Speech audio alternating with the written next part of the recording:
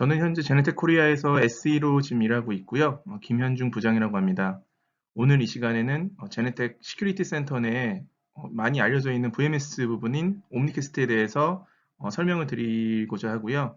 동영상이 계속 진행되는 중간에도 그 중간에 화면 중간에 보시면 채팅 메뉴가 있는데 그 메뉴를 통해서 여러 가지 궁금하신 사항 질문 주시면 바로 답변 드릴 수 있도록 하겠습니다. 그리고 그 해당 저희 오늘 준비한 내용이 끝난 이후에 Q&A 시간이 별도로 있고요. 그때 한 번에 질문을 주셔도 상관없겠습니다. 그 전까지는 모든 분들께서 마이크 음소거 부탁드리겠습니다. 오늘 제가 준비한 내용은 다음과 같습니다. 첫 번째로 저희 시큐리티 센터 시스템 아키텍처 설명드릴 거고요.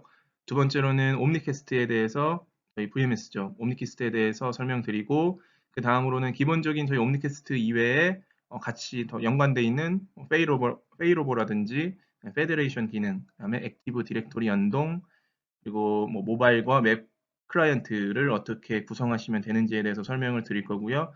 마지막으로 Q&A 시간을 가지도록 하겠습니다. VMS인 옴니캐스트 설명에 앞서서 저희 메인 플랫폼인 시큐리티 센터에 대해서 설명을 드리겠습니다. 이미 말씀드렸지만 대부분 아직도 제네텍은 VMS의 전문 업체로 알고 계신 분들이 대부분입니다. 여기서 시큐리티 센터는 유니파이드 플랫폼으로서 IP 기반의 VMS, 그리고 출입 통제, 그리고 ALPR 이 세 가지 코어를 기반으로 다양한 또 별도의 솔루션들과 좀 융합이 되어서 한 번에 관리도 하실 수 있고 운영을 하실 수 있는 그런 어플리케이션이라고 말씀드릴 수 있겠습니다. 여기 그림에서 보시다시피 중간에 시큐리티 센터라는 이름의 플랫폼 안에서 VMS, 그리고 출입 통제, 그리고 ALPR 이 코어 시스템이 있는 것을 확인하실 수 있고요. 아래 다이나믹 맵, 그다음에 웹 클라이언트, 그리고 뭐 출입 통제 관련된 뭐 침입 패널, 그다음에 뭐 비디오, 영상 분석 등 여러 가지의 이런 그 옵션 모듈도 같이 플랫폼 안에서 하나의 어플리케이션 같이 운영하실 수가 있는 겁니다. 그래서 시큐리티 센터라고 하면은 저희가 뭐 어떤 분들은 그냥 VMS의 어떤 별도 이름이라고 생각을 하시는 분들도 계신데 그게 아니고 시큐리티 센터는 하나의 플랫폼이라고 이해를 하시면 될 거고요.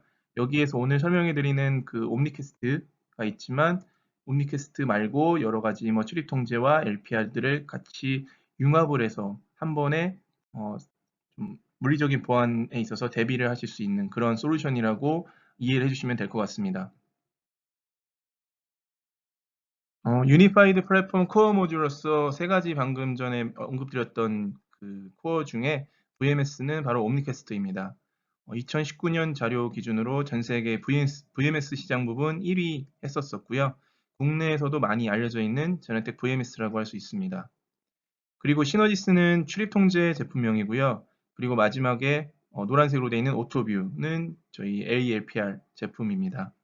여기서 제품마다 색상이 초록색, 그리고 빨간색, 노란색으로 각각 되어져 있는데 나중에 다시 보시면 아시겠지만 이는 저희 고유 제품들의 색상들입니다.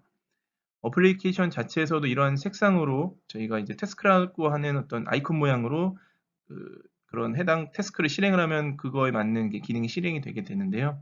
이런 식으로 각각의 기능들을 구별해서 어, 좀 헷갈리지 않고 좀 잘 한번 한눈에 직관적으로 실행하실 수 있도록 그렇게 준비가 되어 있습니다. 여기서 통합과 융합의 차이를 잠시 설명드리겠습니다. 영어로 사전 찾아보시면 둘 다 통합이라고 번역이 될 정도로 어떻게 보면 같은 의미인 것 같지만 실제적으로는 전혀 다른 의미라고 말씀드릴 수 있습니다.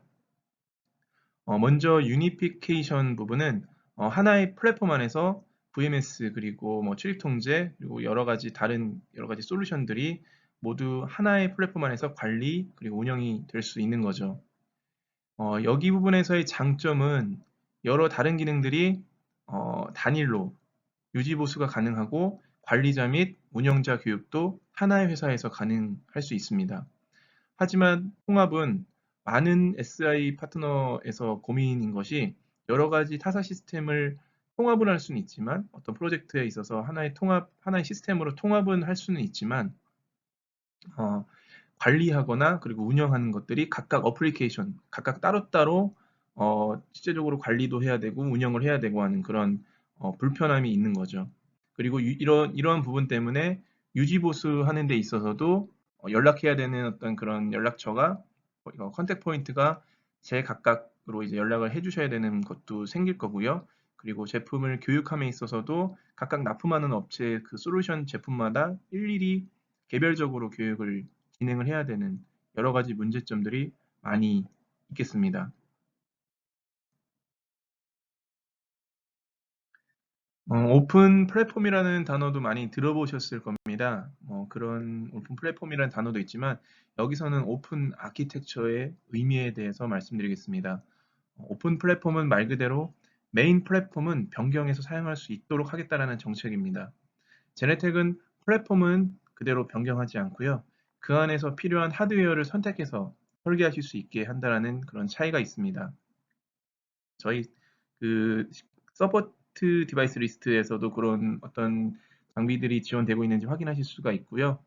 카메라뿐만이 아니고 출입 통제에 대해서도 뭐 HID, 엑시스, 뭐 아사브로이, 뭐 셀토 이런 것들 락 장비라든지 도어 컨트롤라든지 이런 것들을 선택해서 설계에 반영하실 수가 있고요. LPR 부분 같은 경우도 저희 자체 샤프 카메라가 있거나 아니면은 뭐 일반 CCTV 카메라를 이용한 저희 별도 그 인식하는 모듈을 별도로 운영하면서 LPR 기능들을 같이 운영하실 수가 있습니다. 그리고 뭐 SIP 인터컴 장비들도 연결하실 수가 있고요. 그다음에 인트루전 패널 부분에 뭐 보시나 DMP, 허니웰, 뭐 DSC 이런 회사들 제품들을 저희 시큐리티 센터 플랫폼 안에 선택하셔가지고 설계에 반영하실 수가 있게 한다라는 거죠. 그래서 이러한 여러 가지 하드웨어 인프라들을 저희 그 시스템 안에 이제 설계에 반영하심으로써 어떻게 보면 하나의 회사 제품 같이 운영하실 수도 있고 관리하실 수 있게 한다라는 그런 큰 장점이 있게 되는 것입니다. 그럼 저희 제네텍의 시스템 아키텍처에 대해서 말씀드리겠습니다. 첫 번째로 클라이언트 종류들에 대해서 설명드리겠습니다. 먼저 첫 번째로 시큐리티 데스크입니다. 이는 저희 메인 클라이언트 프로그램이고요. 실제로 운영자가 이 어플리케이션을 통해서 영상, 그리고 출입 통제, 인터컴, 지도, 알람 및 각종 보고서 등의 그런 모든 기능들을 운영하실 수가 있습니다. 다음으로는 컨피그 툴인데요. 이것을 통해서 관리자가 같이 영상 출입 통제, LPR, 그리고 사용자 관리 등을 하실 수 있는 어플리케이션입니다. 여기까지 두 개는 윈도우 기반으로 설치를 하셔야지만 사용하실 수 있는 프로그램이고요. 다음으로는 서버 어드민입니다. 이는 웹 기반의 관리자 페이지이고 여기서 저희 메인 서버, 디렉토리 서버에서 관리해야 되는 SQL, MS SQL 그런 그 데이터베이스 관리가 이루어지고요. 여러 익스펜션 서버들 간의 그 어떤 인증을 위해서 인증서 관리, 그리고 저희 소프트웨어 라이센스 이런 인증 그런 것들이 여기 그 서버 어드민을 통해서 이루어집니다. 마지막으로 모바일 및 웹 클라이언트인데요. 두 클라이언트에서 모두 뭐 메인 프로그램하고 동일하게 실시간 영상, 그리고 레코딩 영상, 그리고 PTG 제어 및 그다음에 출입 통제, 도어 컨트롤, 그리고 LPR 번호판이 인지가 되면은 팝업이 일어난다든지 여러 가지 동일한 기능들을 사용하실 수 있도록 준비가 되어 있습니다. 제네텍은 롤 기반의 아키텍처로 구성이 되어집니다. 이는 기존의 윈도우의 그 서비스 기반의 아키텍처가 아닌 각각의 기능의 담당에 의해서 물리적인 서버 환경에 따라서 여러 가지 롤을 어떤 기능을 담당하는 그런 역할 롤을 추가해 주시면서 시스템을 구성하실 수 있는 그런 특징이 있습니다. 그래서 첫 번째로는 디렉토리입니다. 디렉토리 서버고요. 이는 메인 시스템에서 가장 중요한 부분이고 꼭 있어야 되는 그런 부분입니다. 그래서 어떤 시스템이든 디렉토리 서버가 없으면은 전체 시스템이 아예 작동이 안 되게끔 안 될 수밖에 없고요. 여기서는 전체 시스템 컨피그레이션 파일이 관리가 되고, 그리고 클라이언트들, 여러 가지 클라이언트들의 로그인을 여기서 관리를 하게 됩니다. 그리고 여러 가지 알람 및 그다음에 각종 시스템 활동 이력을 이 디렉토리 서버에서 관리를 하고 있습니다. 다음으로는 아카이버입니다. 예, 아카이버고요. 바로 카메라 등 비디오 유닛에 대해서 영상 저장 및 그리고 관리, 그리고 PTG 컨트롤, 그리고 모션 디텍션, 뭐 원하시면 소프트웨어적인 어떤 처리의 모션 디텍션이 필요로 할 때는 이 해당 아카이버라는 롤에서 그러한 기능을 수행을 하게 됩니다. 액세스 매니저는 그 출입 통지 시스템 부분에서 도어에 대한 관리를 담당합니다. 그리고 리다이렉터는 전 슬라이드에서 아카이버 롤이 추가되면은 자동으로 이 리다이렉터가 같이 추가가 되게 되는데요.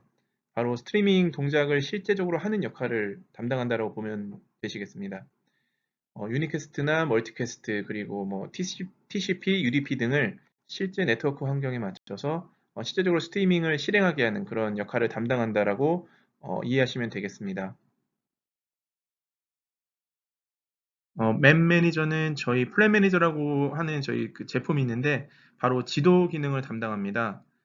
저희 제품명은 플랜 매니저인데 실제 그 어플리케이션 내에서는 맵 매니저로 명칭이 되어 있습니다. LPR 매니저 역시 예상하시겠지만 LPR 부분을 담당합니다. 저희 자체 LPR 전용 카메라인 샤프 카메라를 제어하고, 그리고 인식된 번호판 정보를 수집, 그 다음에 저장하는 기능을 담당합니다. 미디어 라우터는 그 비디오 스트리밍을 실제 실행하는 아까 말씀드렸던 리다이렉터의 관리를 담당합니다. 카메라로부터 중간에 저희 아카이버를 경유해서, 그다음에 실제 시큐리티 데스크, 그 클라이언트로 스트리밍이 이루어질 때 그런 그 루트를 최적의 경로를 관리하는 담당을 하고 있습니다. 다음으로 존 매니저는 소프트웨어 인풋 아웃풋 이런 그런 IO를 포함해서 각종 하드웨어 장치들의 IO들을 관리를 하는 역할을 담당합니다. 그 다음에 리포트 매니저는 시스템에서 발생한 여러 가지 이벤트들을 그 이벤트들의 조합을 보고서 형태로 수동으로 아니면은 자동으로 이제 어떤 특정 스케줄에 의해서 프린트를 해야 될 시, 이런 기능들을 담당을 하고 있고요. 헬스 모니터는 시스템에서 일어나는 각종 어떤 시스템 장애라든지 그런 현재 돌아가는 어떤 현황을 파악하고 있는 그런 기능을 담당합니다. 여기서 보시면은 리포트 매니저를 제외한 모든 이런 롤들은 각각의 자체 SQL을 가지고 데이터를 관리하고 있는 것을 확인하실 수가 있습니다. 여기서 보시면은 리포트 매니저를 제외한 잠시만요. 리포트 매니저를 제외한 나머지는 다 SQL을 가지고 데이터를 관리를 하신다라는 것을 확인하실 수가 있습니다. 페더레이션 롤은 지리적으로 멀리 떨어져 있거나, 그다음에 필요로 의해서 각각 시스템마다 독립적으로 운영하면서도, 이러한 각각의 독립적인 시스템을 어떻게 보면 하나의 큰 시스템으로 통합해서 관리를 하실 수 있게 하는 기능이 있는데요. 이러한 기능들을 실제 담당하는 역할을 하고 있습니다. 인트루전 매니저는 그 DMP나 아까 처음에 보여드렸던 뭐 보시들의 어떤 외곽 감지 센서 솔루션을 연계할 때 이러한 그 실제적인 패널들과 통신하는 역할을 담당을 합니다. 그리고 액티브 디렉토리는 윈도우 그 액티브 디렉토리와 연계해서 실제 회사 조직 내 운영하는 ERP 등과 이제 연계해서 시큐리티 센터 어떤 사용자 및 그다음에 출입 통제에 대해서는 어떤 카드 홀더 등의 관리를 AD와 실제적으로 연계해서 사용할 수 있게 하는 그런 부분을 담당을 하고 있고요. 시펠리아는 그 SIP를 지원하는 여러 가지 인터컴 장비들에 대해서 그런 것들을 저희 시큐리티 데스크 안에 이제 다 융합이 되어 있고요. 이러한 장비들을 이용해서 사용자 및 그리고 이제 방문자 간의 음성 통신 및 그다음에 정관 방송이라고 하는 PA 그런 기능들을 담당하고 있습니다. 몇 가지 롤들이 더 남아 있는데요. 정말 많은 롤들이 있다라는 걸 지금 보실 수가 있습니다. 우선 키위비전에 대한 롤은 영상 분석 기능인 가상 펜스, 그다음에 people counting, 동적 마스킹 등의 기능을 담당하고 있습니다. 그 다음으로 미디어 게이트웨이, 예, 미디어 게이트웨이는 ITSP 스트리밍을 모바일 아니면 뭐 웹 클라이언트를 포함해서 아니면 다른 기타 서드 파티 솔루션으로 영상을 전송하는 그런 역할을 담당하고 있고요. 이 밖에도 SDK 연동에 대해서 SDK를 이용해서 저희 지금 아직까지도 준비가 되어 있지 않은 어떤 솔루션들이 있다라고 하면은 그런 솔루션들도 별도로 관리를 하는, 별도로 운영을 하셔야 되는 게 아니고 저희 그 시큐리티 센터라고 하는 플랫폼 안에 요 해당 웹 SDK든 아니면 어플리케이션 SDK를 사용하셔서 저희 플랫폼 안으로 이제 같이 들어와 주시는 그런 것들을 그런 부분들이 준비가 되어 있습니다. 지금까지 말씀드렸던 여러 가지 롤들이 되게 많이 있었는데요. 지금 여기서는 실제 솔루션별로 필요한 롤들을 정리를 설명을 드리는 슬라이드입니다. 지금까지 설명드렸던 모든 롤들이 전부 설치가 될 필요가 없습니다. 필요한 기능이 있을 시에만 어떤 특정 라이센스에 따라서 소프트웨어 설치를 하신 후에 해당 롤들을 추가만 해주시면 되는 겁니다. 그 오른쪽에 유니파이드 솔루션, 여기 보시면은 유니파이드 솔루션 부분에서 디렉토리는 아까도 말씀드렸지만 필수적으로 언제나 있어야 되는 부분이고요. 여기에 뭐 비디오 관련해서는 아카이버, 그다음에 출입 통제는 액세스 매니저, 그다음에 LPR은 LPR 매니저, 그리고 여러 가지 롤들, 뭐 아까 뭐 키우비전이라든지 아니면 뭐 인트루전 매니저라든지 그런 것들이 필요로 하실 때 그 해당 롤을 추가해 주셔가지고 하나로 융합을 하시면 되는 거죠.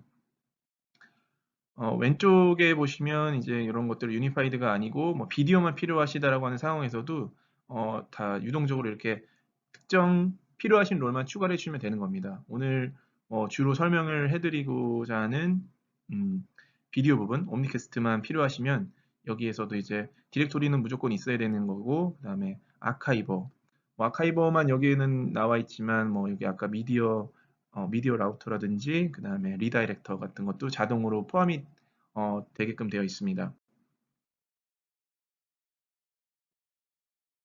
제네텍은 시스템을 상황에 따라서 크게 두 가지 방법으로 구성해 주실 수가 있는데요. 먼저 그 분산형 아키텍처와 그 다음에 중앙 집중형 아키텍처입니다. 우선 분산형 아키텍처는 단일의 디렉토리 서버가 메인 사이트에 존재를 하게 됩니다.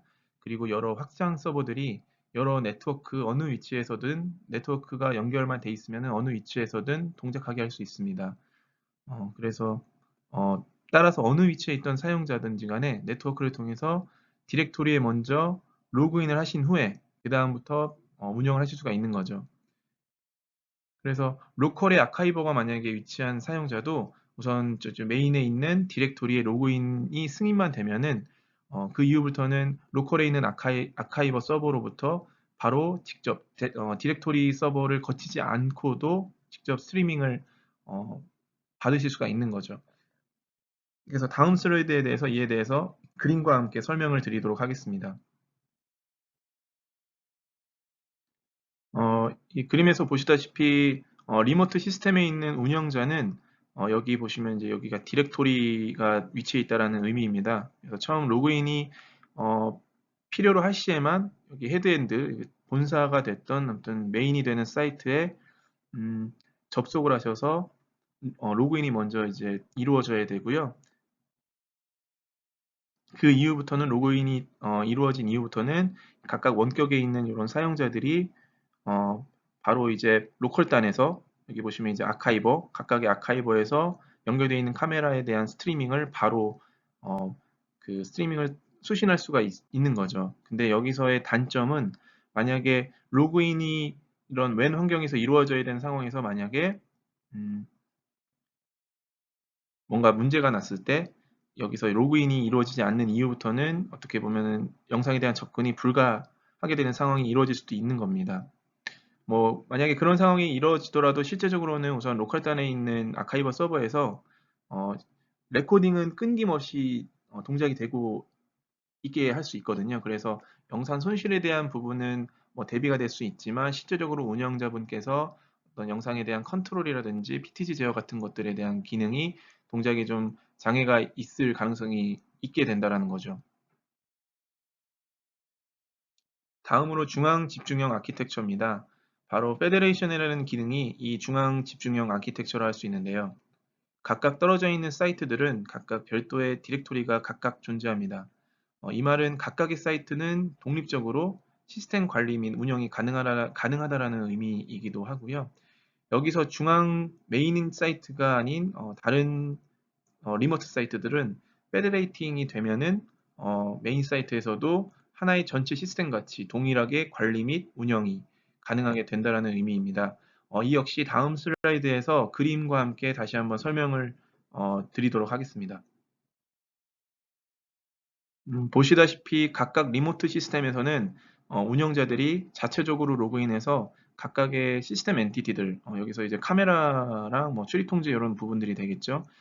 그런 부분에 대한 운영 및 관리가 가능합니다. 만약에 글로벌하게 비디오 그리고 뭐 출입 통제에 포함해서 이러한 부분에 대한 모니터링이 만약에 필요하면은 리모트 사용자가 그 헤드엔드 여기 보시면 본사 쪽에 로그인을 승인을 하게 되면은 글로벌하게 전체 모든 시스템에 대해서 헤드엔드에 있는 카메라들을 포함해서 모든 리모트들에 있는 카메라들까지 전체적인 이런 그 카메라들 리스트들 중에서 필요한 그 카메라들 영상들만 선택하셔가지고 모니터링을 할 수 있게 그렇게 구성을 하실 수가 있습니다. 다음으로는 저희 그 VMS인 옴니캐스트 시스템 디자인에 대해서 설명드리도록 하겠습니다. 옴니캐스트 설명드리기 앞서 잠시 이미 많이 알고 계실 수도 있지만 IP 비디오 관련 기초적인 어떤 그런 용어들에 대해서 잠깐 같이 한번 살펴보도록 하겠습니다. 여기 많은 용어들이 있는데요. 일상적으로 많이 IP CCTV 쪽 용어들에 많이 쓰는 단어들입니다. 뭐 듀얼 스트리밍, 멀티 스트리밍 뭐 이런 것들이 간혹 헷갈려 하시는 분들이 계셨는데요. 이런 것들도 정확하게 용어가 어떤 의미인지를 다 숙지를 하셔야 됩니다. 그리고 네트워크 관련 어떤 그 용어들이 많이 있는데 뭐 유니캐스트, 뭐 멀티캐스트, 그러면 브로드캐스트의 어떤 차이점 이따가 저희가 또 말씀을 드릴 건데요. 그리고 뭐 코덱의 종류들, 그리고 뭐 스토리지 쪽에서는 레이드가 뭐 레이드 뭐 레이드 5라든지 레이드 6, 뭐 레이드 뭐 10이라고 하지만 레이드 10, 그리고 뭐 스토리지 종류에 있어서는 뭐 센 스토리지, 뭐 나스, 그다음에 뭐 다스, 그리고 뭐 하드디스크 종류는 뭐 사타 디스크, 뭐 사스 디스크, 뭐 SSD 이런 것들이 있죠.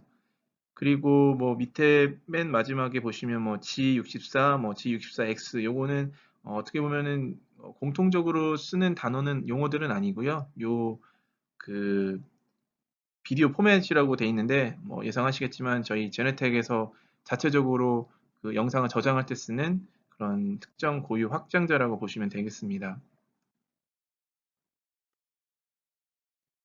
첫 번째로 우선 영상 압축에 대해서 잠시 짚고 넘어가겠습니다. 크게 보면 MJPEG과 MPEG-4 그리고 MPEG-4에서 좀 더 진화된 H264 및 H265로 구분해서 보시면 되겠습니다. 같은 상황인 산과 나무를 배경으로 앞에 자동차가 지나가는 동영상인데요.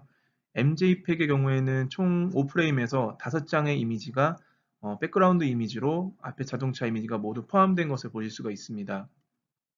다음으로 엠팩4 그 H264의 경우에는 배경인 산과 나무는 공통으로 있으므로 이 부분을 제외한 그 움직이는 자동차 부분만 별도로 따로 처리를 하는 거죠. 그래서 뒷 배경만큼의 데이터는 상대적으로 좀 효율적으로 그 줄일 수가 있다라는 것이고요. 이에 따라서 네트워크나 뭐 스토리지 쪽에서 소모되는 그런 데이터 크기를 절약할 수는 있습니다. 그렇지만 한편으로는 이러한 그 압축을 하기 위해서 필요로 하는 별도 뭐 CPU라든지 그런 리소스가 별도로 추가적으로 필요하다는 부분이 어떻게 보면 단점이 될 수도 있는데요. 이러한 압축 기술은 점점 발전을 하고 있고, 그리고 그 H265 코덱의 경우에는 기존 H264도 많이 MG100 코덱에 비해서 많은 압축을 해서 많이 통상 사용이 되어져 왔지만 지금 현재 H265 코덱은 기존 H264 대비 최대 70% 이상의 어떤 좀 더 압축 효율을 보여줄 정도로 그런 기술들이 많이 발전이 되고 있습니다. 이러한 코덱은 같은 코덱이라도 카메라 제조사마다 특성이 제각각입니다. 따라서 저희 제네텍은 스토리지나 그런 그 대역폭 계산을 할 때 저희가 그런 어떤 저희 자체 툴을 제공하지 않고요.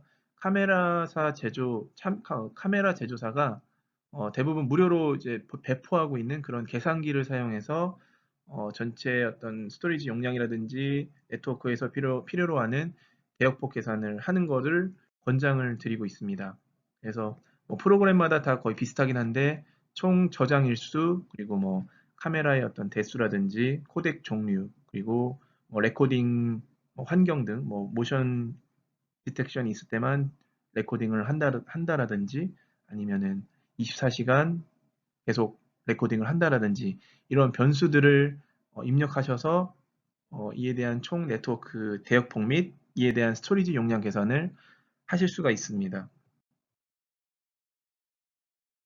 다음으로는 멀티 스트리밍입니다. 제네텍은 기본적으로 최대 5개 스트리밍을 이용해서 활용하실 수가 있는데요. 카메라 모델이나 어떤 언제 출시 연도에 따라서 뭐 5개 이상의 어떤 스트리밍을 지원하는 카메라도 있고요. 예전 오래된 카메라 같은 경우는 뭐 2개 스트리밍만 지원하는 카메라가 있습니다. 그래서 그 카메라 스펙하고 상관없이 저희가 무조건 5개 스트리밍을 지원을 한다라는 의미는 아닌 거고요. 여기 슬라이드에서는 카메라에서 실시간 라이브 영상은 여기 보시면은 예, 그 메가픽셀 기준의 30프레임으로 이제 실시간 영상을 스트리밍을 하는 거고, 그다음에 레코딩 같은 경우는 4CIF 해상도로 15프레임으로 저장을 하는 거를 이제 예시로 들어드렸고요. 그다음에 저해상도로 해서 CIF 해상도의 4프레임 정도로 스트리밍을 별도로 가져올 수가 있습니다. 여기서 저희가 그 VMS 여러 가지 기능 중에 하나인 저희가 말씀드리는 다이나믹 스트리밍이라고 하는 기능이 있는데요. 여기서도 그 분할 화면이 많은 화면에 분할 화면을 많이 쪼개다 보면은 그 각각의 타일이 작아지겠죠. 그래서 작아진 화면에서도 굳이 그 메가픽셀 해상도를 띄울 필요가 없다라는 거죠. 그래서 그런 상황에서는 저해상도로 영상을 카메라로부터 가져오고요. 그다음에 전체 화면으로 변경을 했을 때는 이제 원본 화질인 고화질로 이제 다시 카메라에서 받아오게 하는 그런 다이나믹 스트리밍 기능을 위해서 이런 식으로 저해상도 그 스트리밍을 별도로 준비를 해서 가져오게 하는 거를 준비를 하실 수가 있습니다. 그리고 마지막으로는 그 저희가 이제 그 모바일 클라이언트라든지 웹 클라이언트 같은 그런 어떻게 보면은 로컬 단위 아닌 이동하면서 이런 모바일 환경에서 그 이동 시에 그 가지고 다니는 클라이언트를 위해서는 요새 데이터라든지 그런 데이터 그런 거를 좀 효율적으로 이용하시기 위해서 모바일에 관련된 별도 스트리밍을 별도로 이제 카메라에서 끌어와서 활용하실 수 있게끔 그렇게도 준비가 되어 있습니다. 다음으로는 전송 프로토콜입니다. 첫 번째로 유니캐스트는 1대1 통신입니다. 전화 통화 시 상대방과 통화를 위해서 전화번호를 눌러서 상대방과 통화하는 방법이라고 이해하시면 되겠습니다. 그리고 멀티캐스트는 1대 다 통신입니다. 그래서 특정 그룹을 지정해서 해당 그룹과 한 번에 통신을 하는 방법입니다. 그 다음으로는 이제 브로드캐스트 방식인데요. 그런 네트워크 환경에서 되도록이면은 하지 않아야 되는 방법이기도 합니다. 되게 좀 비효율적인 방법이라고도 얘기를 하는 그런 방식이라고 하고요.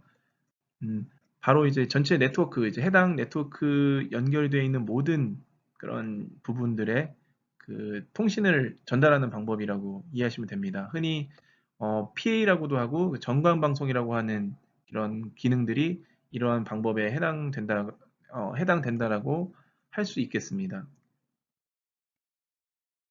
방금 말씀드렸던 유니캐스트와 멀티캐스트를 몇 가지 예를 들어서 설명을 다시 한번 드리겠습니다. 처음으로는 유니캐스트인데요. 우선 카메라 한 대가 스위치, 어, 카메라 한 대가 스위치를 통해서, 여기 스위치가 있고요. 스위치를 통해서 제네텍 아카이버 서버를 통해서 총 4가지, 4가지 장소에 있는 클라이언트의 해당 카메라 영상을 전송할 때를 상황을 설명을 드리는 부분이고요. 첫 번째로 2Mbps의 카메라 영상을 네, 카메라 영상을 스위치로 전송을 하게 되면 스위치는 아카이버 서버로 다운이라고 되어 있는 2Mbps의 그 스트리밍을 이쪽 아카이브 서버로 보낼 거고요. 지금 총 4군데의 클라이언트에서 해당 카메라 영상을 요청을 하는 상황입니다. 그래서 이 아카이버 서버는 이 해당 4군데에 있는 클라이언트의 영상을 스트리밍을 하기 위해서 총 4번 8Mbps의 영상을 업로드를 해야 되는, 업스트리밍을 해야 되는 상황인 거죠. 그래서 첫 번째 클라이언트의 2Mbps, 그 다음에 나머지 3개인 6Mbps를 해당 스위치를 통해서 각각 전송을 해야 되는, 요게 이제 유니캐스트 방식이라고 설명드릴 수 있습니다.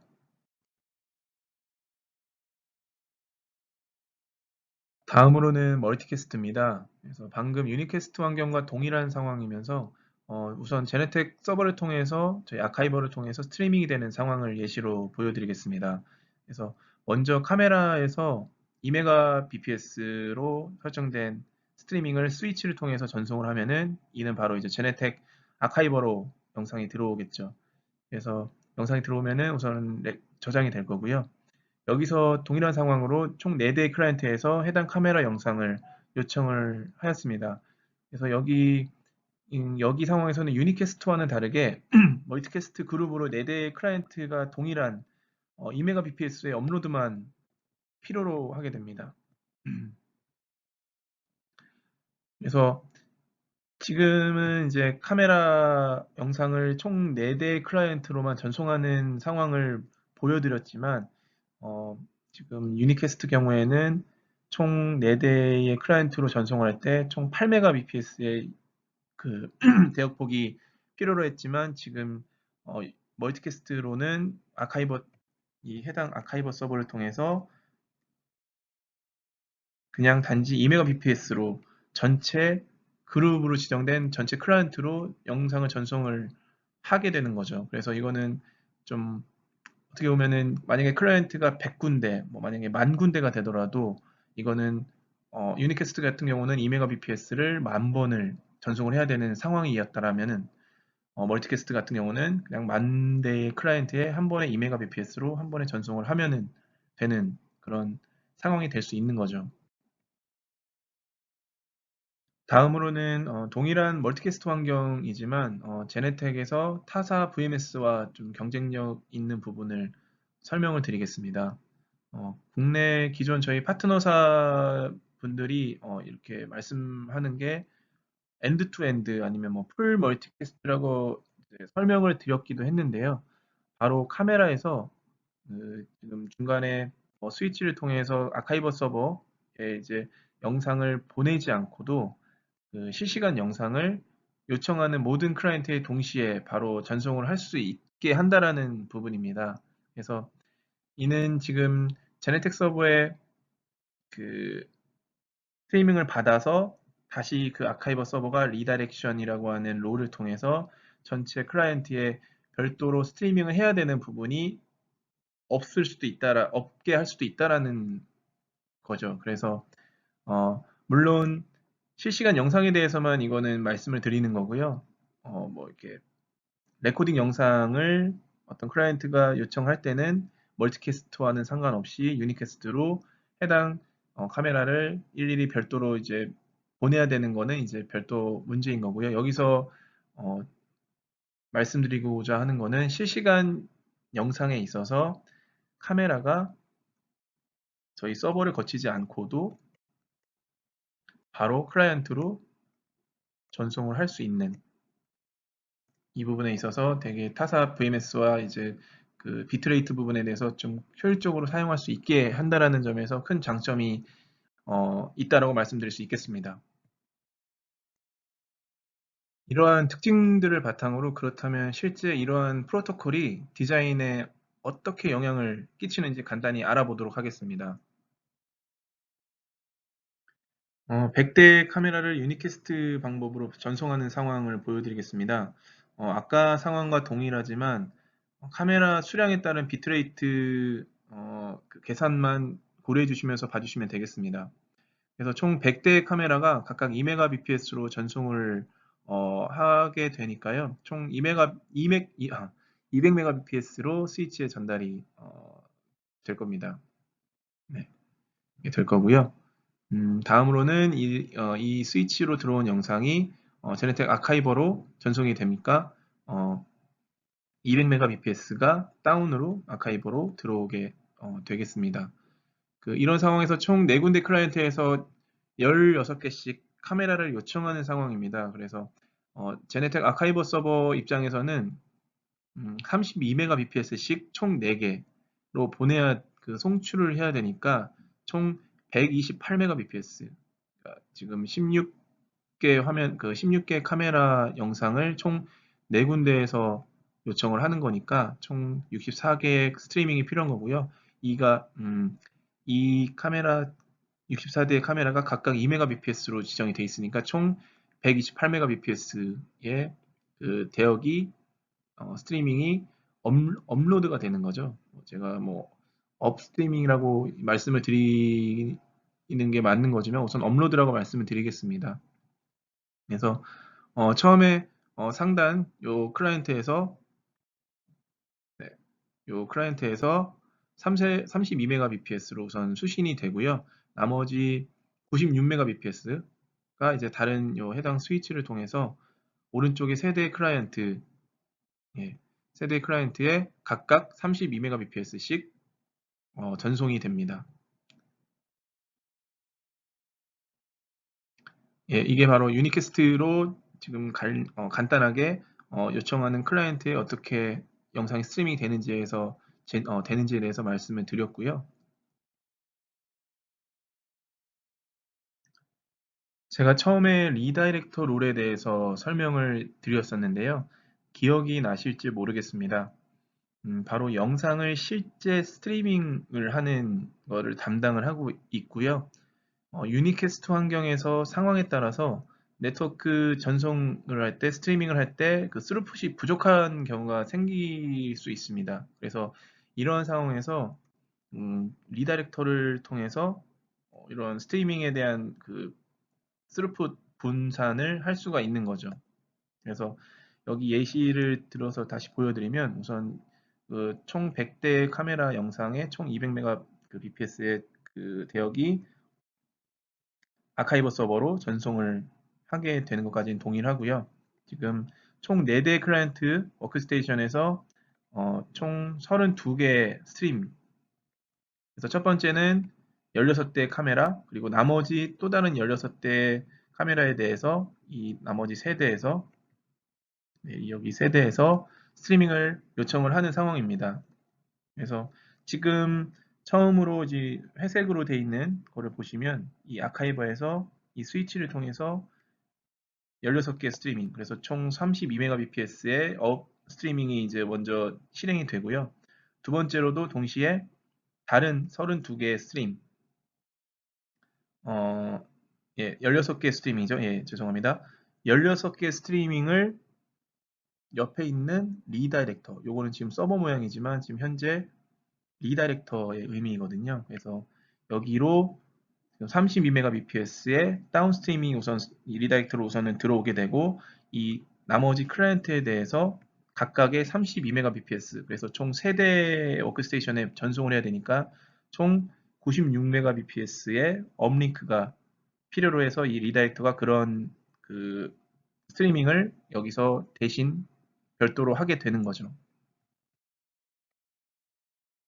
여기서는 그 아카이버 서버에서 멀티캐스트로 스트리밍 할 때를 설명을 드리겠습니다. 그래서 기존에 지금 여기서 회색은 유니캐스트, 그다음에 이따가 이제 제가 보여드리는 이제 멀티캐스트는 녹색 화살표를 위주로 보시면 될 거고요. 우선은 현재 유니캐스트 환경에서는 계속 제가 설명을 드렸지만 100대의 카메라를 2mbps로 전송을 하게 되니까 우선 200mbps로 전송을 하는 거고요.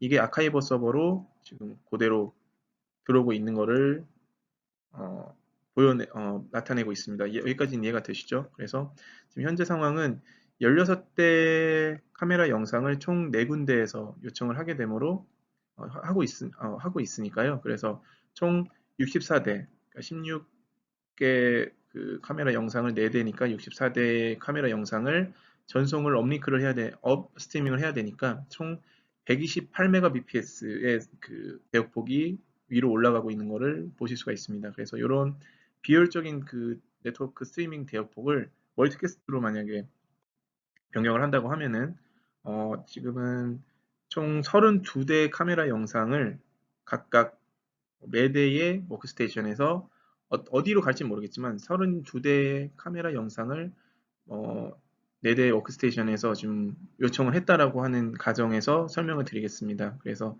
총 32대 스트리밍을 링크를 올리는 상황이기 때문에 총 64mbps로 업링크가 된다는 거는 여기까지는 이해가 되시죠? 그래서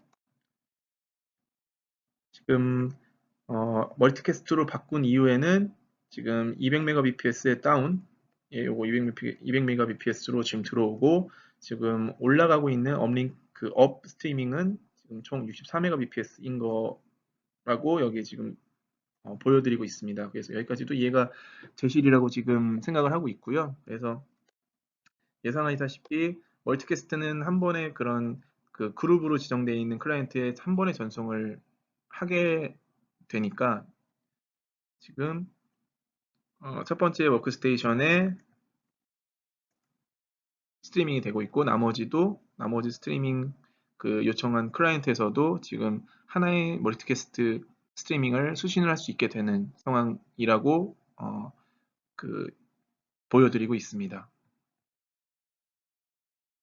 바로 이전 슬라이드에서 지금 아카이버 서버를 통해서 여기 보여드리는 아카이버 서버를 통해서 전체 워크스테이션으로 한 번에 멀티캐스트로 스트리밍을 하고 있다는 상황까지는 동일합니다. 근데 여기서 아까 제가 그 전에 멀티캐스트 설명드리면서 말씀드렸던 엔드 투 엔드 아니면 뭐 풀 멀티캐스트라고 하는 요 그 기능이 가능하다라고 아까 말씀드렸고요. 지금 현재 카메라에서 네, 카메라에서 지금 200mbps로 그 스트리밍을 지금 바로 클라이언트로도 동시에 전송을 할 수 있는 겁니다. 그래서 기존에 그 아카이버 서버에서 부담을 하고 있었던 멀티캐스트 방식으로의 리다렉션 부하도 실시간 화면을 전송하는 상황에서는 그러한 스루풋, 그 부담이 줄어들 수 있다는 거죠. 그래서 지금 현재 실시간 영상에 한해서는 아카이버 서버 단에서는 200mbps의 카메라로부터 영상이 들어오는 그 스루풋만 감당을 하면은 나머지 스트리밍에 대한 거는 카메라가 직접 각각의 워크스테이션으로 보낼 수 있다는 것을 설명드리고 있습니다. 다음으로는 이러한 시나리오들을 바탕으로 실제로 제네텍에서 그 BOM 작업을 하는 방법을 몇 가지 예를 들어드리면서 설명을 드려보도록 하겠습니다. 우선 BOM 봄이라고 하는 BOM 준비하시면서 필요하신 거는 첫 번째로 여기 잠시만요. 네, 첫 번째로 라이센스입니다. 그래서 여기서 중요한 거는 우선 카메라 수량을 파악해 주시는 거고요. 두 번째로 서버 수량을 좀 파악을 해 주셔야 됩니다. 그래서 서버별로 몇 대의 카메라를 그 등록을 하실 건지 그리고 네트워크의 어떤 그 위치에 서버를 배치를 하실 건지 등을 먼저 미리 정해 주셔야 합니다. 그리고 세 번째로는 이제 스토리지 용량인데요. 스토리지 용량을 계산해 주셔야 됩니다. 그래서 아까 뭐 처음에 중간에 설명드렸던 코덱, 그리고 뭐 프레임 레이트, 그 다음에 레코딩 컨디션, 그리고 뭐 총 저장 일수 등을 미리 정하신 다음에 어, 제가 제네텍은 이제 별도 이런 스토리지 계산기를 제공하지 않는다고 말씀을 드렸고요. 해당 카메라 제조사에서 제공하는 그런 계산기를 활용하셔서 전체 총 스토리지 용량을 먼저 어, 준비해 주셔야 합니다. 그래서 첫 번째로 라이센싱 부분을 설명을 드리도록 하겠습니다. 여기서 보시는 표는 지금 현재 저희 시큐리티 센터 5.9 옴니캐스트 제품에 대해서 버전별로 간략하게 부표화해서 나타낸 표입니다. 그래서 첫 번째로 봐주셔야 되는 부분은 지금 저희는 현재 시큐리티 센터 옴니캐스트 스탠다드 버전, 그 다음에 스탠다드 버전, 그 다음에 프로 버전, 그 다음에 엔터프라이즈 버전 총 세 가지 버전으로 구별이 되어 있고요. 요거는 지금 첫 번째로 카메라 수량별로 나눠져 있습니다. 그래서 스탠다드 버전 같은 경우는 카메라가 총 50대까지 추가가 될 수가 있고요. 그리고 50대부터 250대 미만의 경우에는 프로페셔널 버전이 250대까지 추가를 하실 수가 있고, 그 이상 수량에 대해서는 엔터프라이즈 버전으로 가셔야지만 무제한으로 카메라를 추가 확장하실 수가 있습니다. 두 번째로는 지금 오른쪽에 보시는 그 클라이언트 접속에 대한 제한, 어떤 그런 정보를 나타내고 있는데요. 스탠다드 버전 같은 경우는 동시 접속 기준입니다. 그래서 동시 접속 기준으로 총 5대 유저가 동시 접속을 할 수 있고요. 그 다음에 프로페셔널 버전 같은 경우는 동시에 10개 10명의 사용자가 동시 접속을 할 수가 있습니다. 그 이상 동시 접속이 필요한 경우에는 엔터프라이즈 버전으로 가셔야 되는 거고요. 여기서 잠깐 추가적으로 말씀드리는 거는 스탠다드 버전은 최대 5개 사용자가 동시 접속할 할 수 있는 게 제한입니다. 그리고 프로페셔널 버전은 10대라고 했는데, 만약에 카메라가 아니고 사용자 어떤 클라이언트 접속 라이센스를 추가적으로 구매를 할 수 있다라고 해서 그 프로페셔널 버전이 15개, 뭐 20개로 늘어날 수는 없습니다. 이거는 10대까지가 그 프로페셔널 버전의 최대 동시 접속 사용자의 제한이 있다라는 거고요. 또한 여기 이제 버전별로 어떤 기능들이 지원하는지에 대해서도 좀 많이 나타낸 거를 보실 수가 있는데, 예를 들면은 여기서는 카메라 수량만 가지고 어떤 제품에 대한 버전을 결정을 하시면 안 됩니다. 예를 들면은 만약에 아까 액티브 디렉토리라고 하는 연계가 필요하시다라고 하면은 그거는 스탠다드 버전에서는 지원을 하지 않고 있고요. 그래서 만약에 카메라 대수는 뭐 16대 정도밖에 안 되지만 액티브 디렉토리가 연계가 필요하다라고 하면은 프로페셔널 버전 이상으로 그 진행을 해주셔야 됩니다. 그리고 페일오버 기능들, 장애 조치에 대한 기능이 필요하다라고 하시면 카메라가 만약에 60대의 어떤 그런 규모의 사이트라고 해도 프로페셔널 버전으로 가시면 안 되고, 여기에 보시는 페일오버 디렉토리, 페일오버 아카이버, 여기 그 엔터프라이즈 버전에서만 그 기능이 지원이 되고 있거든요. 그래서 이런 상황에서는 카메라의 수량에 대해서가 아니고 기능 때문에 프로페셔널 버전이라든지 스탠다드 버전으로 가실 수 없는 이런 것들이 좀 많이 있거든요. 그리고 뭐 GIS 뭐 이런 것들 지도가 필요하시다라고 하면은 그거 역시 스탠다드 버전으로 아니고 프로페셔널 버전으로 이상 가셔야 되는, 이런 좀 처음 보시는 분들은 좀 많이 헷갈리실 수도 있는데요.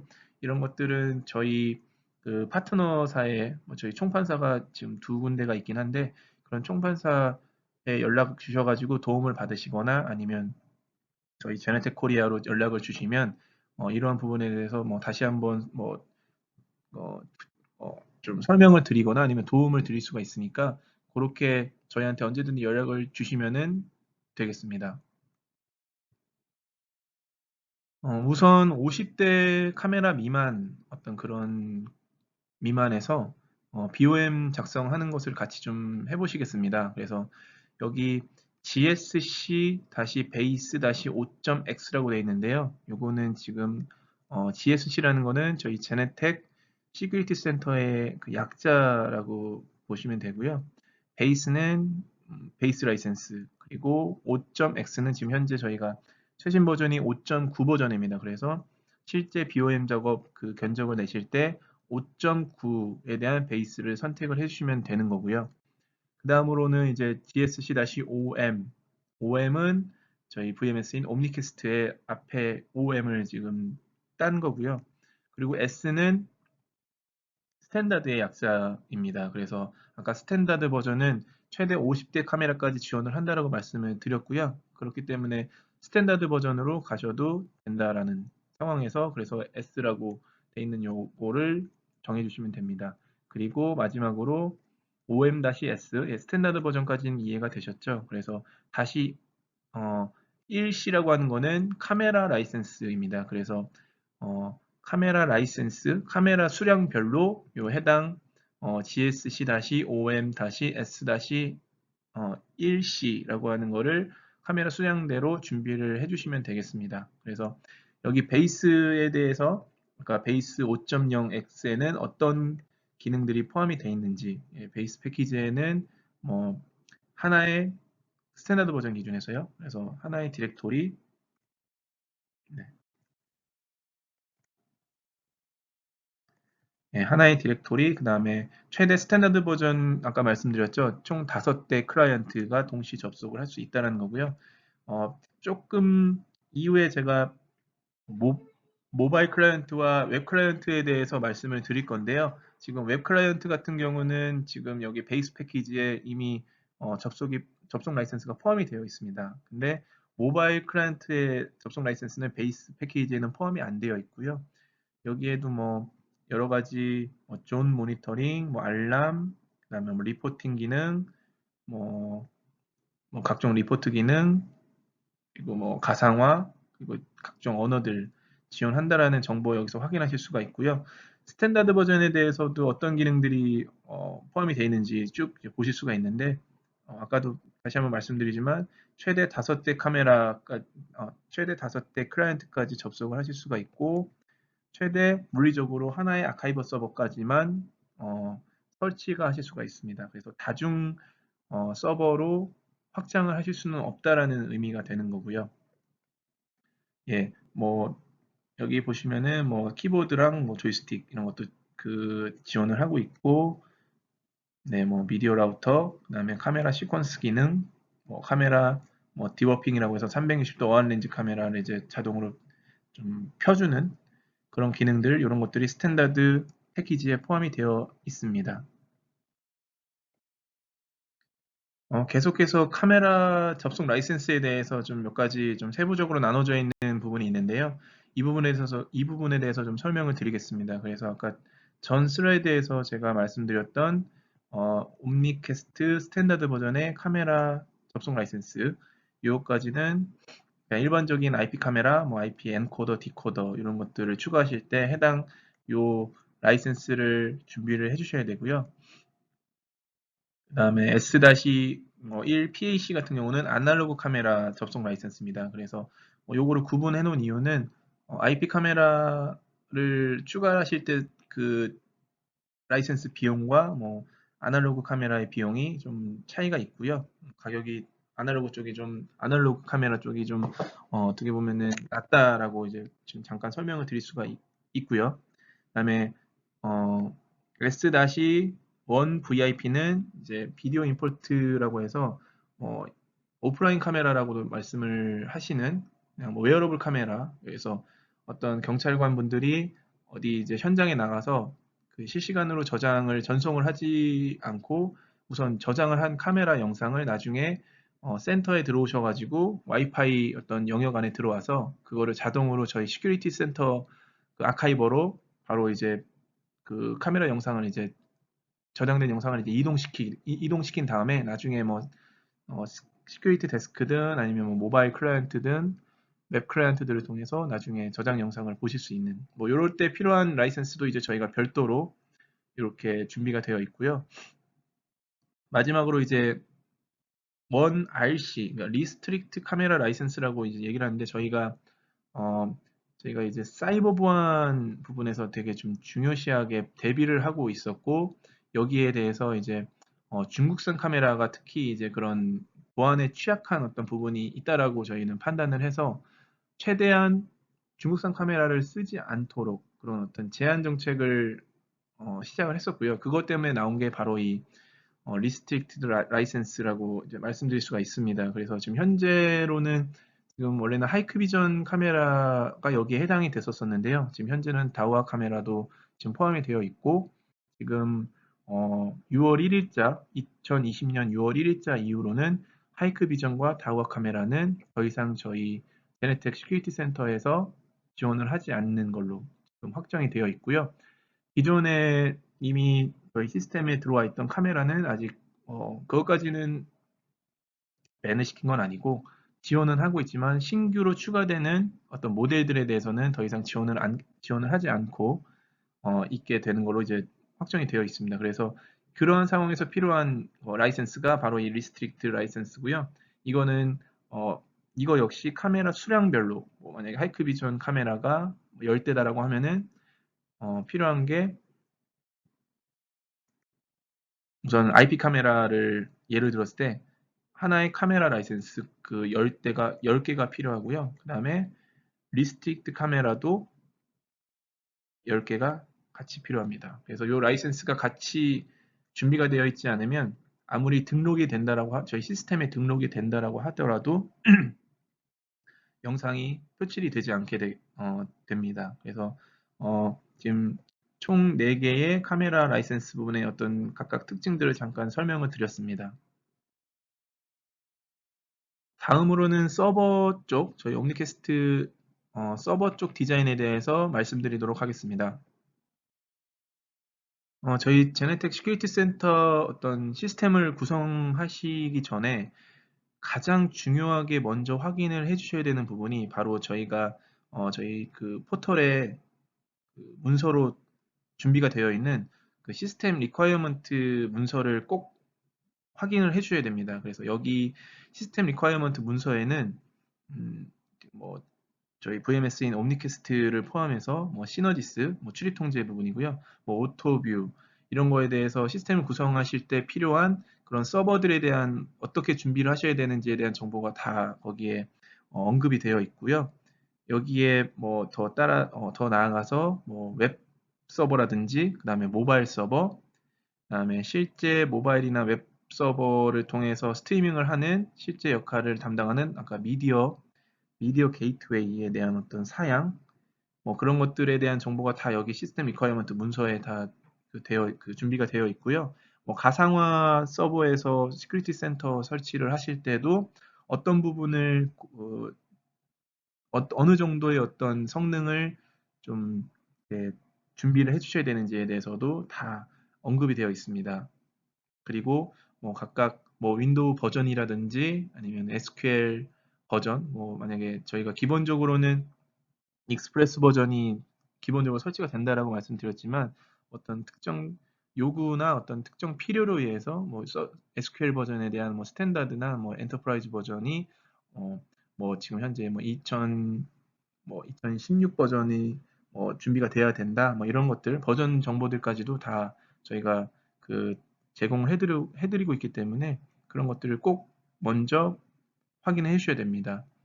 그리고 저희가 이따가 뭐 제가 다시 보여드리겠지만 최소 사양과 그 다음에 recommended 그러니까 권장 사양 그리고 최적 사양, 최고 사양이 이렇게 나눠져 있는데요. 그거는 이제 recommended 스펙을 기준으로 해서 저희가 아까 뭐 말씀드렸던 어떤 아카이버라든지 뭐 액세스 매니저라든지 뭐 LPR 매니저라든지 그런 것들에 기본적으로 저희가 말씀드리는 어떤 개런티하는 성능을 보장하는 어떤 서버 사양이 바로 레커멘드 쪽 사양을 이제 참고를 꼭 해주셔야지만 그거가 문제가 없다라고 이제 먼저 확인을 해주셔야 되는 부분이라는 거를 꼭 기억을 해주셨으면 좋겠습니다. 네, 여기 화면에서 보시다시피 지금 저희 제네텍 포털 화면인데요. 링크는 지금 https tech.genetech.com 여기로 이제 접속을 하시면 처음에 로그인 창이 나오는데요. 지금 바로 아마 거기 들어가셔도 로그인이 안 되실 수가 있습니다. 요거는 나중에 저희가 그 인증을 완료한 그런 계정만 여기에 접근을 하실 수가 있는데 여기에 오신 분들은 어차피 조금 있다가 조만간 이제 그게 이제 승인이 다 이루어질 거라서 여기 포털에 접속하셔서 여기 검색창에 시스템 리ኳ이어먼트 버전별로 지금 현재는 5.9 버전이니까 5.9 버전을 검색을 하시면 이런 식으로 시스템 리ኳ이어먼트 문서를 바로 확인하실 수가 있습니다. 확인도 바로 하실 수도 있고 아니면 다운로드 받으실 PDF 파일로 다운로드를 받으실 수도 있습니다. 언제나 저기 최신 버전 그 시스템 리ኳ이어먼트 문서가 이제 계속 그 준비가 되면은 언제나 좀 어, 자세하게 좀 꼼꼼히 좀 읽어보시는 거를 적극 부탁드립니다. 그래서 그 문서를 보시면 여러 가지 시스템을 구성하실 때 좀 놓치기 쉬운 부분에 대해서 좀 여러 가지로 좀 꼼꼼히 확인하실 수가 있게 될 거고요. 그리고 여기서 빨간색으로 저희가 표기한 이런 부분들은 만약에 가상화 서버 환경에서 어떤 부분을 좀 준비를 해주셔야 된다라든지 아니면은 지금 현재 다니엘 아카이버 서버 롤 기준에서 최대 그 리더 개수라든지 최대 카메라 개수를 몇 대까지 할 수 있는지에 대한 그런 부분도 꼭 확인을 꼼꼼히 해주셔야 될 거고요. 이 밖에도 옴니캐스트 뿐만이 아니고 LPR, 그 다음에 모바일 서버, 그 다음에 웹 클라이언트나 모바일 클라이언트에 대한 사양도 여기에 다 포함이 되어 있으니까 이런 것들도 계속적으로 저희가 또 업데이트를 하고 있고요. 그런 부분을 어, 주기적으로 포털에 접속하셔가지고 좀 읽고 최신 업데이트를 이해를 해주시는 것들이 되게 중요합니다.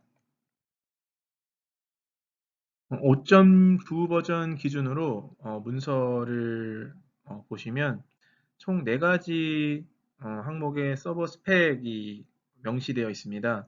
그래서 첫 번째부터 세 번째까지, 미니멈부터 여기 세 번째까지는 어, 저희가 제공하는 서버가 아닌 그냥 파트너분들 아니면 고객사에서 그 준비가 되고 아니면 구매를 하는 그런 일반 서버 사양 기준에서 저희가 최대 스루풋이 어느 정도 그 개런티를 하는지에 대한 정보를 확인하실 수가 있고요.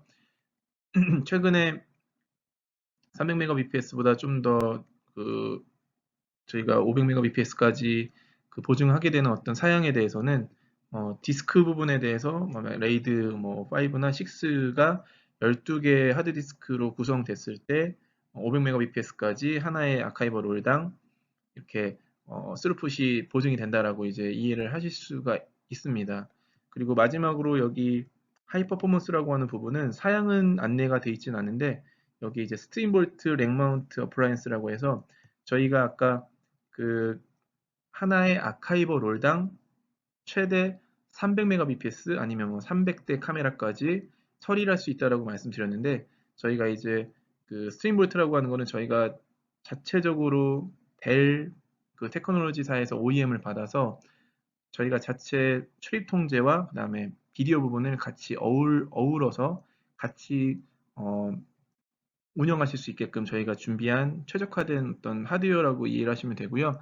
이 하드웨어를 구매를 저희 통해서 하시게 되면은 기존의 단일 물리적인 서버 하나당 저희가 개런티하는 300이든 500mbps의 어떤 그런 스루풋뿐만이 아니고 스루풋 자체만 말씀을 여기서 드리면 어, 기존 300에서 500mbps가 최대 스트림볼트 시리즈가 몇 개 있지만 만약에 7000 시리즈를 예를 들면은 어, 최대 2.5기가 bps까지의 스루풋을 저희가 개런티를 하는 거죠. 그래서 이런 성능상의 문제도 성능상의 어떤 메리트도 있지만 사이버 보안 쪽에 대한 어떤 보안 쪽으로도 저희가 다 튜닝을 해서 좀 CCTV나 그다음 출입 통제에 대한 어떤 시스템을 구성하실 때에 여러모로의 어떤 최적화 그리고 하드닝 이런 것들이 다 구성이 되어 있다라는 거고요. 스트림볼트에 대한 이런 설명에 대한 시스템 디자인 코스는 저희가 또 별도로 오늘 이 시간에는 요거까지는 설명을 드리지는 않을 거고요. 별도 조만간 저희가 준비를 해서 이것도 저희가 좀 자세하게 설명을 해드리는 동영상 어떤 요 웨비나를 준비를 하도록 하겠습니다. 이전 슬라이드에서 이미 설명을 드렸고요. 옴니캐스트는 기본적으로 세 가지 롤이 필수적으로 준비가 되어야 됩니다. 그래서 첫 번째로 디렉토리, 디렉토리는 없으면은 아예 시스템이 동작을 안 한다라고 아까 말씀을 드렸고요. 그다음에 아카이버, 그다음에 미디어 라우터. 여기서 미디어 라우터에는 기본적으로 그 리다이렉터라고 아까 말씀을 드렸던 리다이렉터가 같이 포함이 되어 있는데 요거는 에이전트 개념이라고 보시면 돼서 우선은 크게 봤을 때는 이 세 가지 롤이 꼭 필수로 저희 옴니캐스트에서는 있어야 되는 항목이라고 기억을 하시면 됩니다. 그래서 이러한 세 가지 롤이 하나의 단일 서버에서 동시에 운영이 될 수도 있고요. 필요로 의해서 아니면 뭐 어떤 성능적인 어떤 그런 제한에 의해서 여러 서버에 분할해서 디자인될 수도 있습니다. 바로 아까 분산형과 뭐 아까 중앙집중형 말씀드렸는데 분산형 아키텍처를 설명드렸을 때 말씀드렸던 바로 그 내용들입니다. 우선 시스템 요구사항 그 시스템 리퀘어먼트 문서에 나와 있지만 리커멘디드 사양에서 그 디렉토리와 그다음에 미디어 라우터와 그다음에 아카이버가 동시에 운영이 돼야 될 때 최대 200Mbps까지만 구성을 하시는 거를 그 안내를 해드리고 있고요. 이러한 200Mbps 이상의 스루풋이 요구될 때 뭐 카메라 수량이 한 50대, 60대, 100대 이렇게 좀 스루풋이 많이 요구가 될 때는 별도 서버, 별도 아카이버로를 별도 다른 물리적인 서버에 그 별도로 준비를 하셔가지고 이러한 스루풋을 별도로 분산을 해주시는 거를 분산을 해주시면 되는 거죠. 실제 그림으로 해서 설명을 드리면 이와 같이 50대 카메라를 2Mbps 기준에서 100Mbps였던 스루풋이 이제 필요로 할 때는 아까 그 recommended 권장 사양의 어떤 서버 스펙에 의해서 아까 200Mbps까지 지원을 한다라고 아까 말씀을 드렸고요. 이럴 때는 하나의 서버에서 디렉토리와 미디어 라우터, 그 다음에 아카이버를 다 운영을 하실 수가 있다라는 것을 이제 보여드리고 있고요. 예, 다음 그림에서는 지금 아까 계속 말씀드리고 있지만 지금 권장 사양의 스펙의 기준에서 말씀을 드리고 있습니다. 그래서 아까 기억이 나시겠지만 디렉토리와 그다음에 아카이버와 미디어 라우터를 하나의 서버에서 운영을 해야 될 때 최대 200Mbps까지만 스루풋을 제한을 거는 거를 이제 안내를 드렸고요. 지금 총 120대 카메라에 대해서 120대의 120대 카메라의 기준에서 지금 총 240Mbps의 상황이라고 하는 가정일 때 200Mbps를 조금 넘어가고 있잖아요. 그래서 이러한 부분에 있어서는 별도로 아카이버만 따로 준비를 하셔서 거기에 대한 그 스루풋을 좀 분산을 할 수가 있다라는 거죠. 그래서 이런 식으로 그 롤 베이스의 어떤 이점을 이런 상황에서 적절하게 적용을 해주시면은 좋을 것 같습니다. 방금 전 상황하고 같은 상황인데요. 그냥 요거는 이제 짧게 말씀드리면 아까는 이제 디렉토리와 미디어 라우터만 별도로 서버에다가 이제 준비를 하시고 별도 아카이버 전용으로 아카이버만 별도로 그 물리적인 서버를 준비를 하셔서 240Mbps 스루풋을 해당 아카이버로만 아카이버에서만 처리를 할 수 있게끔 그렇게 구성을 하는 것도 가능하다는 것을 보여드리고 있습니다.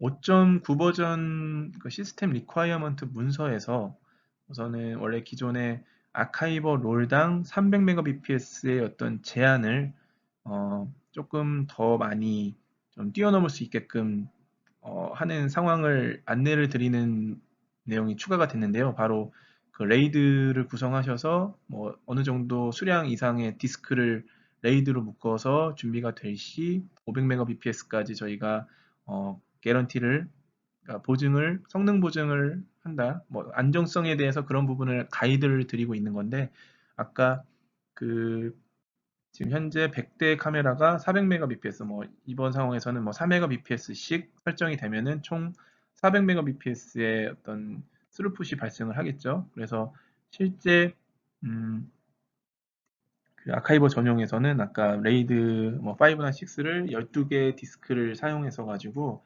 그거를 어, 그 특정 아카이버에 지정을 하시게 되면은 최대 500mbps까지 된다라고 이제 저희가 가이드를 드렸기 때문에 이런 상황에서는 어, 이런 구성이 준비가 되어 있다는 가정하에 400mbps도 300mbo보다 더 많지만 아카이버 서버에 이런 식으로 구성을 하실 수가 있다라는 것을 보여드리고 있습니다. 다음으로는 그 시큐리티 센터에서 가장 중요한 핵심 역할을 담당하는 메인 서버인 디렉토리 서버를 디자인하는 방법에 대해서 설명드리도록 하겠습니다. 디렉토리 서버는 문서에서 안내드리는 recommended 사양 기준에서 보시는 대로 성능을 보장을 합니다. 그래서 첫 번째로 그 100만 개 엔티티를 지원을 한다라고 되어 있고요. 여기서 말씀드리는 엔티티는 아까도 제가 잠깐 말씀드렸는데 저희 시큐리티 센터에서 이제 여러 가지 뭐 하드웨어나 이런 하드웨어를 포함한 카메라가 될 수도 있고요. 그다음에 도어, 리더가 될 수도 있고요. 추리 통제에서의 리더, 그리고 뭐 디도, 그다음에 뭐 이벤트, 각종 이벤트, 여러 뭐 알람, 여러 가지 모든 어떤 요소들을 포함을 하는 게 엔티티라고 저희는 그 말씀을 드리고 있고요. 어, 총 동시에 1000대의 클라이언트 접속을 어, 처리를 할 수가 있습니다. 그리고 초당 3,500개 이벤트를 처리를 할 수가 있고요. 알람 같은 경우는 초당 250개 알람을 처리를 할 수가 있습니다.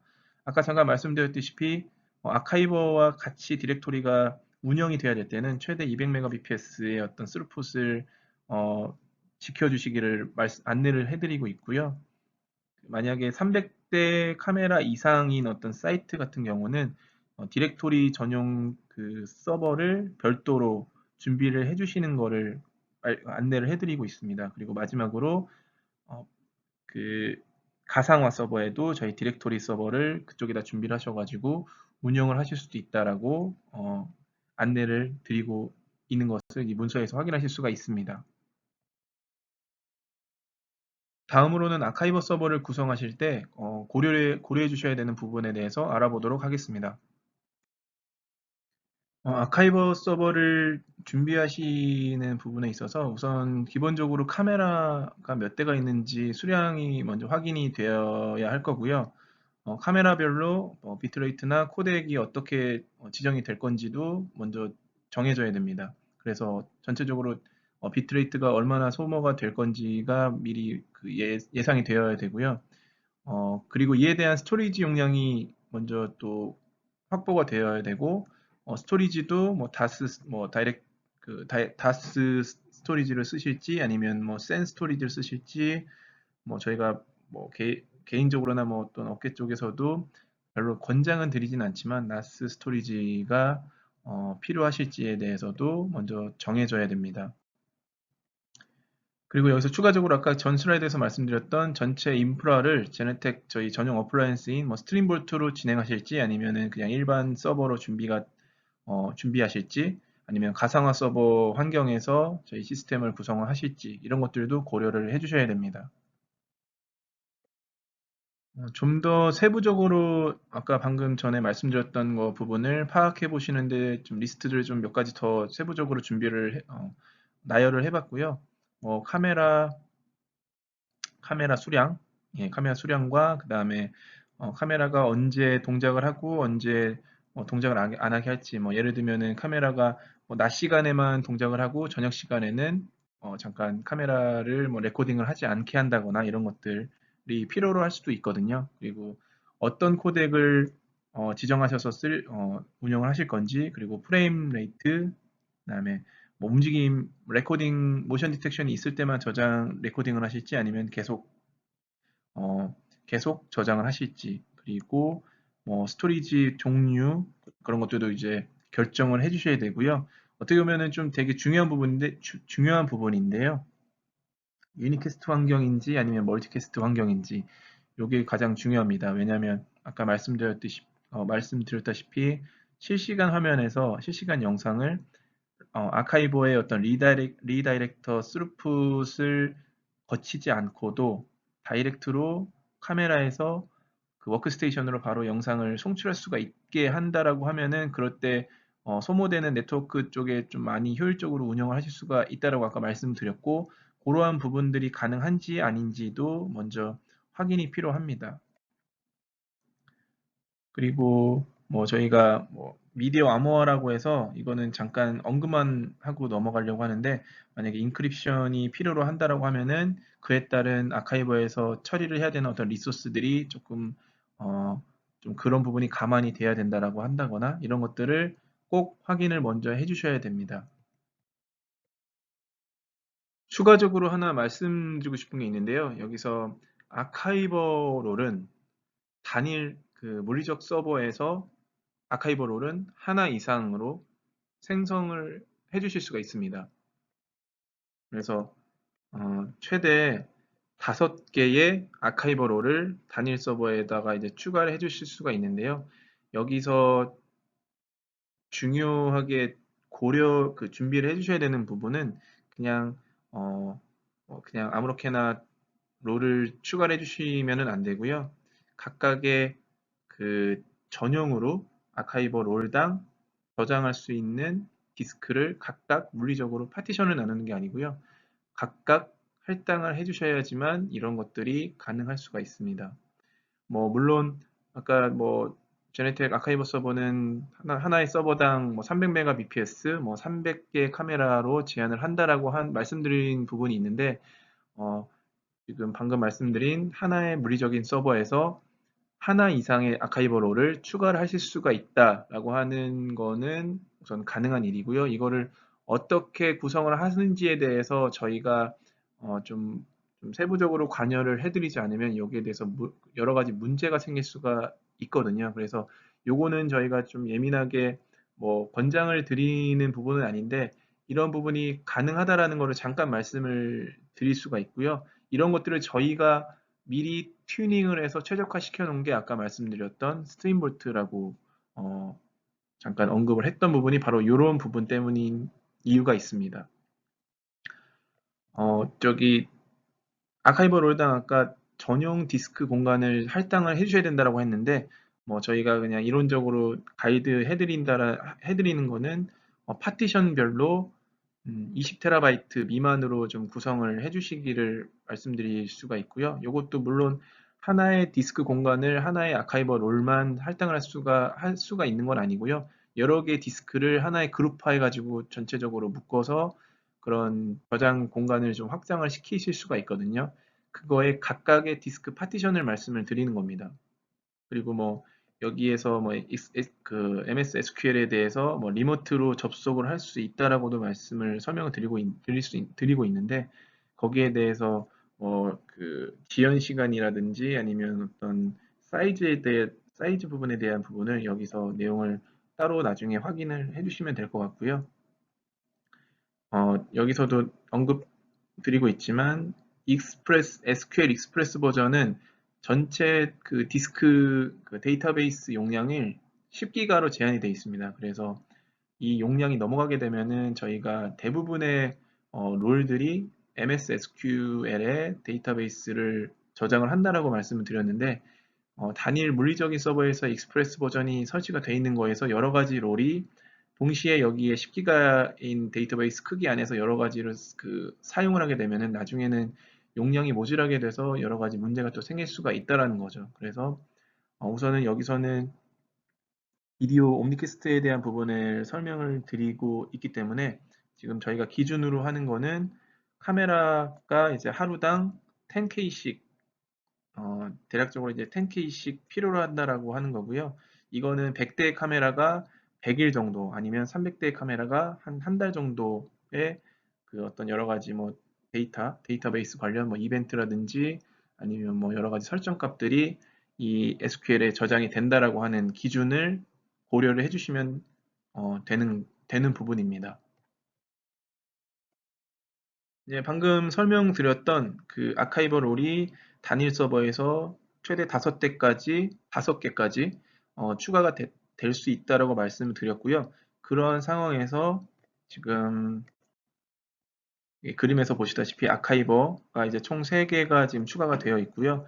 그 각각의 아카이버 롤당 디스크가 뭐 E 드라이브, 그 다음에 아카이버 1은 F 드라이브, 그 다음에 아카이버 2는 G 드라이브, 이런 식으로 각각의 물리적으로 디스크 공간을 따로따로 구분해서 지정을 하셔야 된다라고 하는 것을 보여드리고 있습니다. 아카이버 성능 부분에 있어서 모션 디텍션 처리를 카메라에서 처리를 하지 않고 만약에 아카이버에서 처리를 해야 되는 상황, 저희가 웬만하면 그러지 않으시기를 말씀을 드리지만, 만약에 그런 상황이라면 이러한 부분들이 아카이버 서버 사양에 영향을 미칩니다. 그래서 이는 최대 CPU 리소스를 50%까지 소모하게끔, 그래서 만약에 300Mbps의 어떤 롤당 150Mbps로 많이 떨어질 수도 있게 되는 상황이 벌어질 수도 있다는 거고요. 만약에 그 영상에 대해서 그 무결성 검증이라고 하죠. 그래서 디지털 시그니처라고 하는 거를 활성화를 시켜주시면, 여기서 뭐 기존에 저희가 RSA 그 방식에서 뭐 EDDSA라고 이제 뭐 그런 알고리즘을 변경을 했지만, 이 역시 효율적으로 바뀐 방식임에도 불구하고 CPU의 어떤 사용량이 전체에서 한 6% 정도 좀 감소가 되는 거를 이제 감안을 해주셔야 된다라고 설명을 드리고 있고요. 세 번째로는 이제 가상화 환경에서 동일한 그 아카이버를 만약에 설치를 해주셔야 되는 상황에서 전체 대략적으로 한 20% 정도, 만약에 300Mbps에서 한 240Mbps 정도 수준으로 VM당 그렇게 할당을 해주셔야 된다라고 지금 안내를 해드리고 있고요. 마지막으로 미디어 인크립션이라고 해서 저희가 자체 파일에도 암호화를 걸고는 있지만, 그 암호화를 다시 저희가 RSA 방식으로 공개 키, 그다음에 개인 키 방식으로 이제 저희가 그런 암호화를 처리를 해서 클라이언트에서 이런 키 조합이 안 되면은 영상을 해독할 수 없는 그런 것들도 이제 요새 사이버 보안에서 되게 중요한 부분이고, 그런 것들이 가능한데, 이것도 암호화를 활성화를 시키게 되면은 대략적으로 한 30% 정도 리소스가 좀 더 부하가 걸리는 것으로 저희가 확인이 되고 있고요. 이런 부분들도 그 아카이버 서버를 디자인해 주실 때 고려를 중요하게 해 주셔야 되는 부분들 이라는 점을 말씀드립니다. 다음으로는 저희가 스토리지 부분에 대해서 어느 부분을 좀 신경을 써 주셔야 되는 부분에 대해서 설명을 드리도록 하겠습니다. 우선 스토리지는 윈도우에서 인식하는 어떠한 방식의 스토리지를 지원을 하고 있고요. 여기에는 뭐 NAS, SAN, DAS가 모두 포함이 되고요. 저장하는 경로로는 OS와 여러 어떤 어플리케이션들이 돌아가는 C 드라이브에는 가급적이면은, 네, 여기 보시면 여기 C 드라이브에는 가급적이면은 저장 경로로 쓰지 않으시는 거를 않으셔야 됩니다. 예, 우선 그게 되게 중요하고요. 그다음에 아까 다수의 아카이버 롤이 하나의 그 물리적인 서버에 이제 추가될 수가 있다라고 말씀드렸는데, 그때마다 각각 아카이버 롤당 각각의 전용 디스크 파티션, 디스크를 할당을 해주셔야 된다라는 거, 그거를 꼭 기억을 해주셔야 되고요.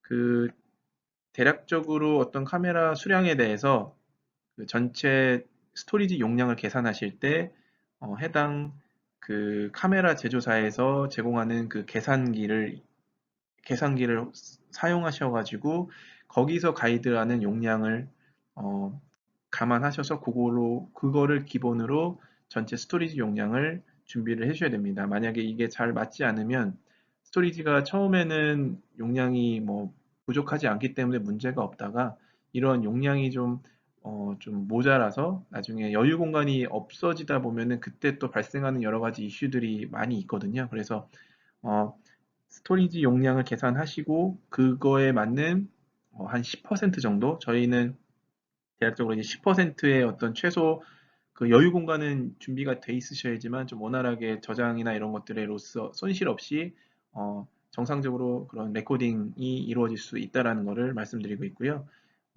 계속적으로 저희가 강조를 하고 있는 부분이긴 한데 500메가나 뭐 300mbps의 어떤 그 제한을 저희 스트림볼트 어플라이언스를 사용하시면 그런 것들이 제한이 없어지고 좀 최적화된 어떤 옵티마이제이션 그리고 뭐 하드닝 이런 그런 부분들을 신경 안 쓰시고 좀 원활하게 운영하실 수 있다라는 그런 메리트가 있으니까 그런 부분도 기억을 해주시면은 감사하겠습니다.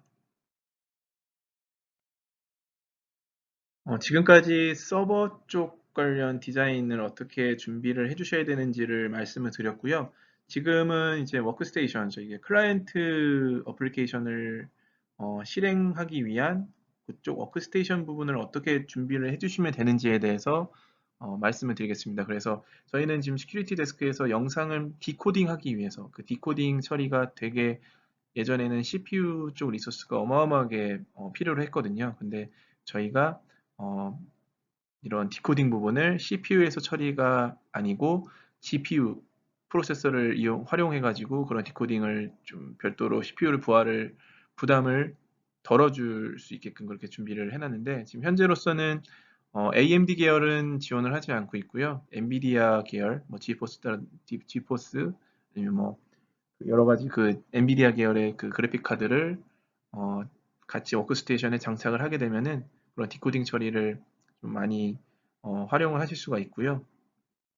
이런 부분은 저희 아까 그 시스템 리ኳ이어먼트 문서에도 어떤 특정 그래픽 카드가 장착이 됐었을 때 어떤 해상도의 어느 프레임 레이트의 영상을 동시에 몇 개 표출할 수 있는지에 대해서 가이드가 나와 있으니까요. 그런 것들도 참조를 해주시면 될 것 같고요. 만약에 지금 여기서는 비디오지만 만약에 비디오가 없이 만약에 그냥 출입 통제나 그런 이벤트만 출입 통제 현황만 모니터링을 하면은 된다라는 상황에서는 굳이 이런 비디오 그 하드웨어 가속이라는 부분이 필요가 없으니까 이럴 때는 좀 저사양의 워크스테이션 스펙이어도 원활하게 어, 그 사용이 가능하실 겁니다.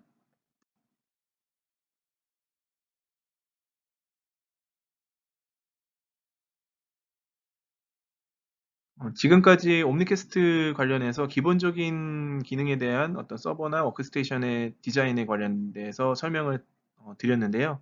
여기서부터는 추가적인 기능에 대해서 디자인하는 방법에 대해서 말씀드리도록 하겠습니다. 첫 번째로 페일오버 아카이버 관련 부분입니다. 제네텍 시큐리티 센터에서 페일오버 아카이버는 크게 두 가지 방법으로 설정하실 수가 있습니다. 첫 번째로는 일반적인 핫스탠바이 방법이고요. 특정 아카이버, 그 메인 아카이버 서버가 장애가 일어난 시 바로 이에 대해서 대체될 수 있도록 설정하실 수가 있고요. 만약에 메인과 그 다음에 페일오버가 둘 다 장애가 일어날 때, 만약에 장애가 둘 다 일어날 때, 어, 그 세 번째 그 3차 페일오버 아카이버 설정까지도 가능합니다. 그리고 두 번째로는 페일오버 모드가 아니고 그 리던던트 모드라고 해서 메인과 그 다음에 대체할 수 있는 그 페일오버 아카이버가 동시에 두 군데 레코딩을 하게 되는 거고요. 만약에 메인에 장애가 일어나더라도 페일오버 아카이버 쪽에 레코딩이 실시간으로 두 군데 동시에 저장을 하고 있기 때문에 비디오 그 레코딩에 대한 손실이 전혀 없게끔 그렇게 설정을 하실 수가 있습니다. 페일오버 아카이버 라이센스는요, 어, 전체 카메라 수량에 대해서 일괄적으로 다 구매를 하지 않으셔도 필요한 카메라 수량에 대해서만 준비를 하실 수가 있습니다. 어, 그래서 뭐 만약에 100대 카메라가 전체가 100대가 필요하실 수도 있지만 100대 중에 뭐 정말 중요한 한 30대 정도 카메라만 페일오버 기능이 필요하다고 하면은 그것만 라이센스를 구매를 하실 수도 있는 거고요. 두 번째로 페일오버 아카이버에 대한 어떤 사양은 기존 일반 아카이버 서버와 사양이 동일하게 준비를 해주시면 됩니다. 여기서도 아카이버 롤당 300mbps의 어떤 그 제한은 동일하게 같고요. 그 다음에 페일오버 서버 역시 페일오버 아카이버 롤 역시 그 다수 멀티플 아카이버 아까 뭐 5개까지 추가를 하실 수가 있다고 말씀드렸는데 그것도 동일하게 페일오버 아카이버도 동일하게 그렇게 준비를 하실 수가 있습니다. 그리고 뭐 페일오버 아카이버로 그 모드에서 만약에 그 메인 아카이버 쪽이 장애가 일어나서 저장을 못하고 있었을 때부터는 그 페일오버 모드에서는 그 장애가 일어난 순간부터만 페일오버 아카이버는 저장 레코딩을 하게 되고요. 나중에 메인 아카이버가 다시 복구가 됐었을 때 그거를 자동으로 저장된 영상, 그러니까 페일오버 아카이버 쪽에 저장된 장애 시간 동안에 저장된 영상을 자동으로 이쪽 메인 아카이버 쪽으로 전송하는 기능도 당연히 가능합니다. 다음으로는 페일오버 디렉토리 서버에 대한 부분을 설명드리도록 하겠습니다. 우선 디렉토리 서버의 가장 중요한 역할을 계속 제가 말씀드렸는데 첫 번째로 클라이언트, 뭐 시큐리티 데스크라든지 컨피그 툴의 어떤 그런 클라이언트를 로그인을 관리하는 역할을 하고 있고요. 그리고 전체 시스템의 구성 설정들을 관리하는 역할을 하고 있습니다. 그래서 페일오버 디렉토리도 총 5대까지 추가하실 수가 있고요. 이는 핫스탠바이 아까도 말씀드렸는데 핫스탠바이 모드 아니면은 핫스탠바이 모드랑 그다음에 로드 밸런싱 기능을 동시에 수행을 할 수가 있습니다. 그래서 로드 밸런싱이라고 하는 의미는 예상하시겠지만 어, 페일오버 기능도 하면서 다수의 디렉토리 역할을 하는 그 서버들이 클라이언트가 접속을 하려고 시도를 했을 때 가장 부하가 적은 서버로 자동으로 로그인 같은 처리를 그쪽 서버에서 처리를 할 수 있게끔 그래서 클라이언트 입장에서는 어떤 디렉토리 서버에 로그인을 시도를 하는지에 대한 상관을 하지 않아도 자동으로 시스템이 자동으로 그런 부분을 그런 부분에 대한 부하를 분산을 시킬 수가 있다라는 거죠. 예, 그게 우선은 디렉토리 페일오버의 어떤 그 한 가지 기능이라고 설명을 드릴 수가 있고요. 그다음에 저희가 그 페일오버를 할 때 저는 기본적으로 MS SQL 익스프레스 버전을 설치가 된다라고 말씀드렸고 여기서도 그 디렉토리 서버도 동일합니다. 그래서 우선 두 가지 방법인데요. 첫 번째로는 무료 버전인 익스프레스 버전, SQL 익스프레스 버전을 가지고 백업 앤 리스토어. 그래서 우선은 절체되는 시간은 1분 미만으로 저희가 말씀을 드리고 있고요. 요거는 단방향 동기화입니다. 그래서 우선 기본적으로는 메인 역할을 하는 메인 디렉토리 서버에서 그 데이터베이스를 관리를 하고요. 스케줄에 의해서 뭐 최소 15분부터 최대 주간으로 이러한 그 데이터베이스의 어떤 파일에 대한 동기화를 주기적으로 하실 수가 있습니다. 그래서 뭐 이게 바로 뭐 데이터베이스의 어떤 백업 앤 리스토어 부분, 무상 버전으로 구현을 하실 수 있는 방법이고요. 두 번째로는 미러링 아니면 요새는 always on이라고 하는 그 유상 버전을 이용한 데이터베이스 대비를 하실 수가 있는데요. 요것도 역시 아까 백업 앤 리스토어 방식하고 비슷하게 1분 미만으로 그 SQL 데이터베이스 복구가 이루어지는데 요거는 아까와는 다르게 양방향 동기화가 이루어지기 때문에요. 데이터베이스에 대한 손실에 대해서는 걱정을 안 하셔도 됩니다. 그래서 아까는 단방향으로 되는 그런 구조에서 최소 15분 동안의 어떤 동기화가 진행이 된다라고 했는데 만약에 그 15분 미만에서 데이터베이스가 만약에 페일오버로 변경이 될 때 그 동기화가 안 된 그 시간 쪽에서의 그 시스템에서는 실시간으로 어떤 그 그 동기화가 최신화된 데이터베이스를 불러오지 못하기 때문에 그런 좀 문제가 생길 가능성이 있다라는 부분이고요. 그것 때문에 그런 부분이 좀 우려가 되시면은 SQL 스탠다드 버전 아니면은 뭐 엔터프라이즈 버전으로 구성을 하셔서 이런 그 데이터베이스에 대한 어떤 손실에 대해서 대비를 하실 수가 있습니다. 보고 계시는 표에서 SQL의 백업 앤 리스토어와 미러링에 대한 차이점을 비교해 보실 수가 있습니다. 그래서 첫 번째, 백업 앤 리스토어는 단방향 싱크고 미러링은 양방향 싱크인 것이 가장 큰 차이점이라고 할 수 있고요. SQL 익스프레스 버전으로도 이러한 디렉토리 서버에 대해서 페일러블을 대비하실 수 있다는 게 저희 제네텍 시큐리티 센터의 큰 장점입니다. 뭐 다른 솔루션 같은 경우는 이러한 그 매니지먼트 서버라든지 뭐 이런 그 디렉토리 서버의 역할을 하는 서버가 페일러블가 필요할 때 자체적으로 이런 식으로 구성이 되지는 않고요. 별도의 그 액티브 디렉토리 서버를 활용해서 어떤 뭐 SQL 버전 같은 경우도 스탠다드 버전 이상으로 돼야지만 그 이런 페일러블을 구현할 수 있는 그런 식으로 좀, 좀 비용도 비용이고 좀 그런 부분이 복잡하게 구성을 하셔야 되는데 저희는 되게 간단하게 익스프레스 버전을 가지고도 최소한의 비용으로 동일한 어떤 매니지먼트 이쪽 디렉토리 서버도 페일러블에 대한 대비를 하실 수가 있다라는 부분이 제네텍 저희 시큐리티 센터의 다시 한번 말씀드리지만 큰 장점이라고 말씀드릴 수가 있겠습니다. 다음으로는 페더레이션 기능에 대해서 설명드리도록 하겠습니다. 제네텍의 페더레이션은 메인 사이트에서 연관되는 리모트 그러니까 원격 사이트를 연결만 해서 모니터링하는 수준의 어떤 그런 기능이 아니고요.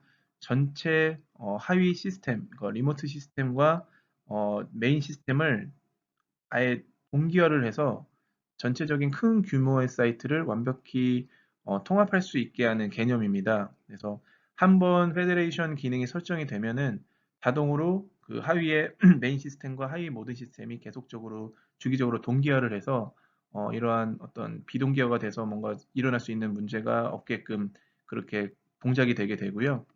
여기에서 페더레이션 되는 엔티티들은 화면에서 보시다시피 어, 카메라, 그다음에 뭐 알람, 그다음에 인트루전, 그뭐 침입 패널에 대한 어떤 그런 이벤트, 그다음에 출입 통제에 대한 도어 어떤 여러 가지 활동 내역들, 그다음에 카드홀더 정보들 이런 그 엔티티들이 모두 포함됩니다.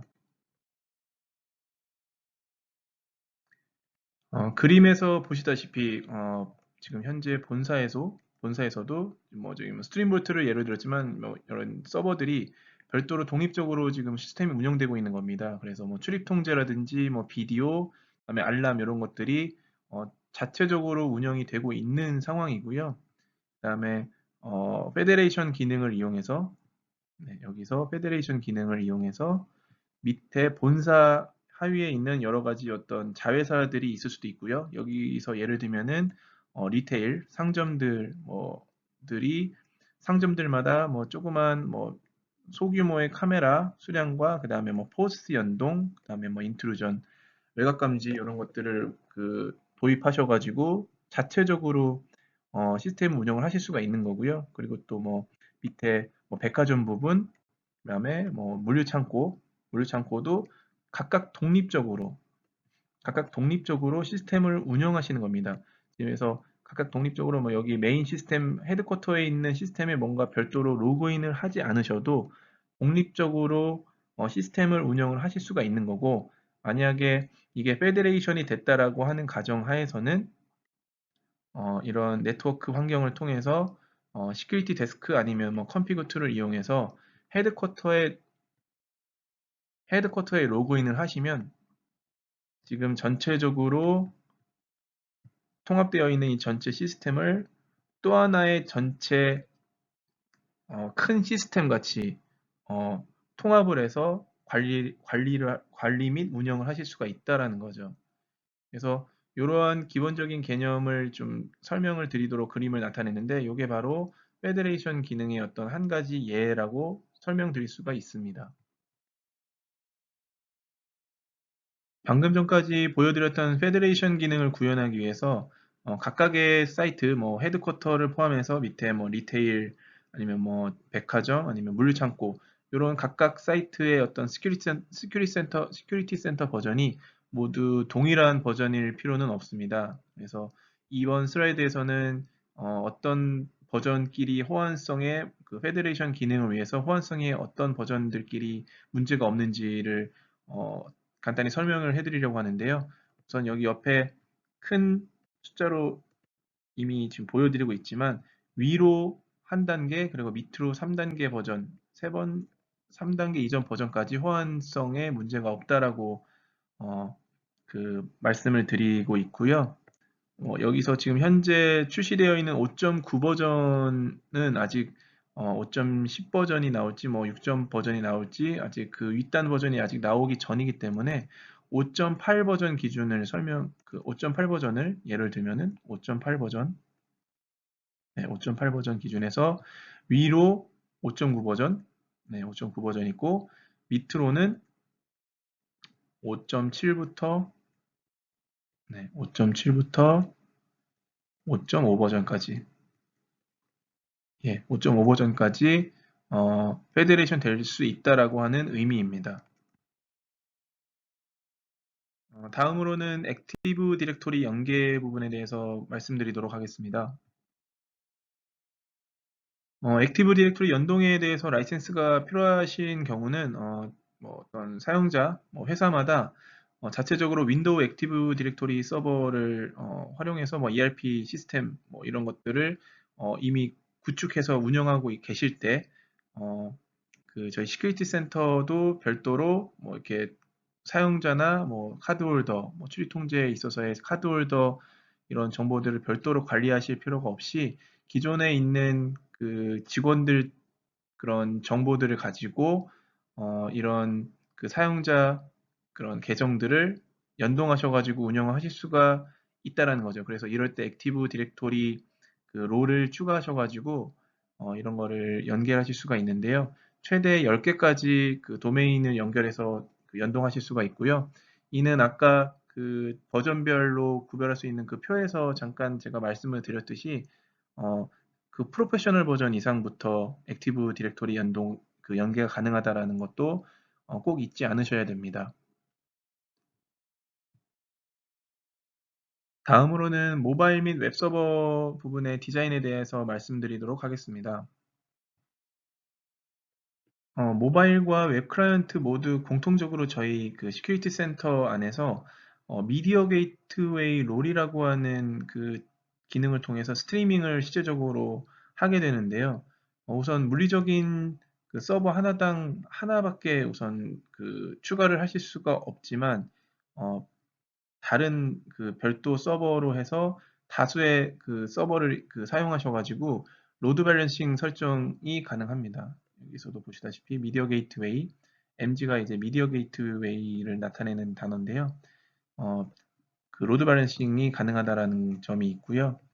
그다음에 5.9 버전부터는 그 RTSP 송출을 할 때 IP 버전 6 멀티캐스트 기능을 지원을 하고 있고, 그다음에 그 상황에 따라서 이제 그 미디어 게이트웨이에서 그 트랜스코딩이라고 하는 작업이 이제 이루어지게 되는데 뭐 서드 파티 어플리케이션에 저희 그 아카이버에서 들어온 그 카메라 스트리밍을 그냥 H264나 H265 스트리밍으로 바로 전송을 할 수도 있지만 저희가 기본적으로 자체적으로 모바일 클라이언트라든지 웹 클라이언트 이제 우선 모바일 클라이언트를 예로 들었을 때 모바일 클라이언트는 아직은 H264 코덱을 지원을 하지 않고 있어서 모바일 클라이언트로 영상을 전송을 할 때 미디어 게이트웨이를 통해서 전송을 하게 되는데 이때는 언제나 그 MJPEG으로 변환을 하는 그 트랜스코딩 작업이 이루어지기 때문에 CPU 쪽에 리소스가 좀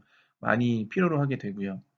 그리고 웹 클라이언트 같은 경우는 브라우저에서 만약에 H264를 지원하는 브라우저면은 영상 자체는 H264로 그 스트리밍을 할 수가 있는데 PTG 제어할 때는 아직도 MJPEG으로 트랜스코딩을 순간적으로 해야 되는 어떤 부하가 필요하거든요. 그래서 그럴 때는 미디어 게이트웨이에서 이러한 트랜스 코딩이 상황에 따라서 실행이 될 수도 있다라는 점이 그 설명을 드려야 되는 부분이고요.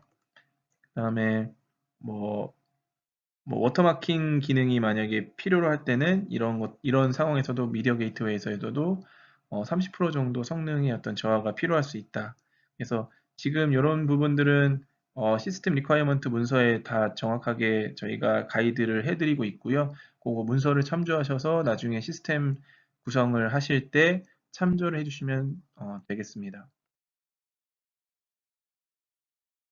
모바일 서버와 웹 서버에 대한 특징을 간략하게 설명을 드리겠습니다. 그래서 먼저 모바일 서버는 현재 클라이언트 기준에서 iOS 및 안드로이드 플랫폼을 지원을 하고 있고요. 우선 기능적으로는 카메라 영상 보기, 당연히 이제 카메라 실시간 영상 보기 아니면 뭐 레코딩 영상 보기, 그리고 회전형 카메라 같은 경우는 PTG 조작도 이제 물론 가능하고요. 출입 통제에 대한 부분도 뭐 도어 컨트롤러 부분에 대한 어떤 언락이라든지 락 이런 것들을 컨트롤하실 수가 있고요. 그 다음에 최근에 나온 모바일 어플리케이션은 우선 기본적으로 맵 기반의 GIS 맵 기반의 인터페이스로 이제 구성이 되어 있어서 만약에 모바일 사용자가 로그인할 때 해당 GIS 맵 위에서 어떤 해당 모바일 사용자의 위치 같은 트래킹들이 가능하고요. 그리고 모바일 사용자와 그리고 그 센터 내 시큐리티 데스크 사용자 간에 간략하게 간단한 텍스트, SMS 전송, 문자 전송 기능들이 우선 있고, 어, 뭐 우선은 모바일 장치, 뭐 태블릿이 됐든 아니면 스마트폰이 됐든 스마트폰이나 이런 내장된 카메라를 이용해서 어, 그 시큐리티 데스크 쪽으로 영상을 전송하는 기능이 포함되어 있습니다. 아직은 모바일 클라이언트 자체적으로 H264 코덱이 지원이 안 되고 있어서 아까 말씀드렸던 미디어 게이트웨이에서 뭐 기존의 원본 그 코덱이 H264 아니면 H265라고 하더라도 모바일 클라이언트로 송출할 때는 MJPEG으로 트랜스코딩을 한번 거쳐서 송출을 하게끔 그렇게 구성이 되어 있습니다. 하지만 웹 클라이언트 같은 경우는 브라우저에 따라서 그 H264가 만약에 지원을 한다면 원본의 어떤 코덱을 그대로 이제 전송을 할 수가 있고요. 만약에 그 PTG 제어가 필요한 경우에는 그때만 잠깐 MJPEG으로 트랜스코딩이 필요로 하게 됩니다. 그리고 아까 라이센스 측면에서는 그러니까 웹 클라이언트는 아까 베이스 패키지에 기본적으로 시큐리티 데스크 동시 5개 접속 아니면 뭐 프로페셔널 버전 같은 경우는 뭐 최대 10개 사용자가 동시 접속할 수 있다고 하지만 기본적으로는 베이스 패키지에는 프로페셔널 버전이든 스탠다드 버전이든 총 5개의 클라이언트만 접속할 수 있는 것만 포함이 되어 있고요.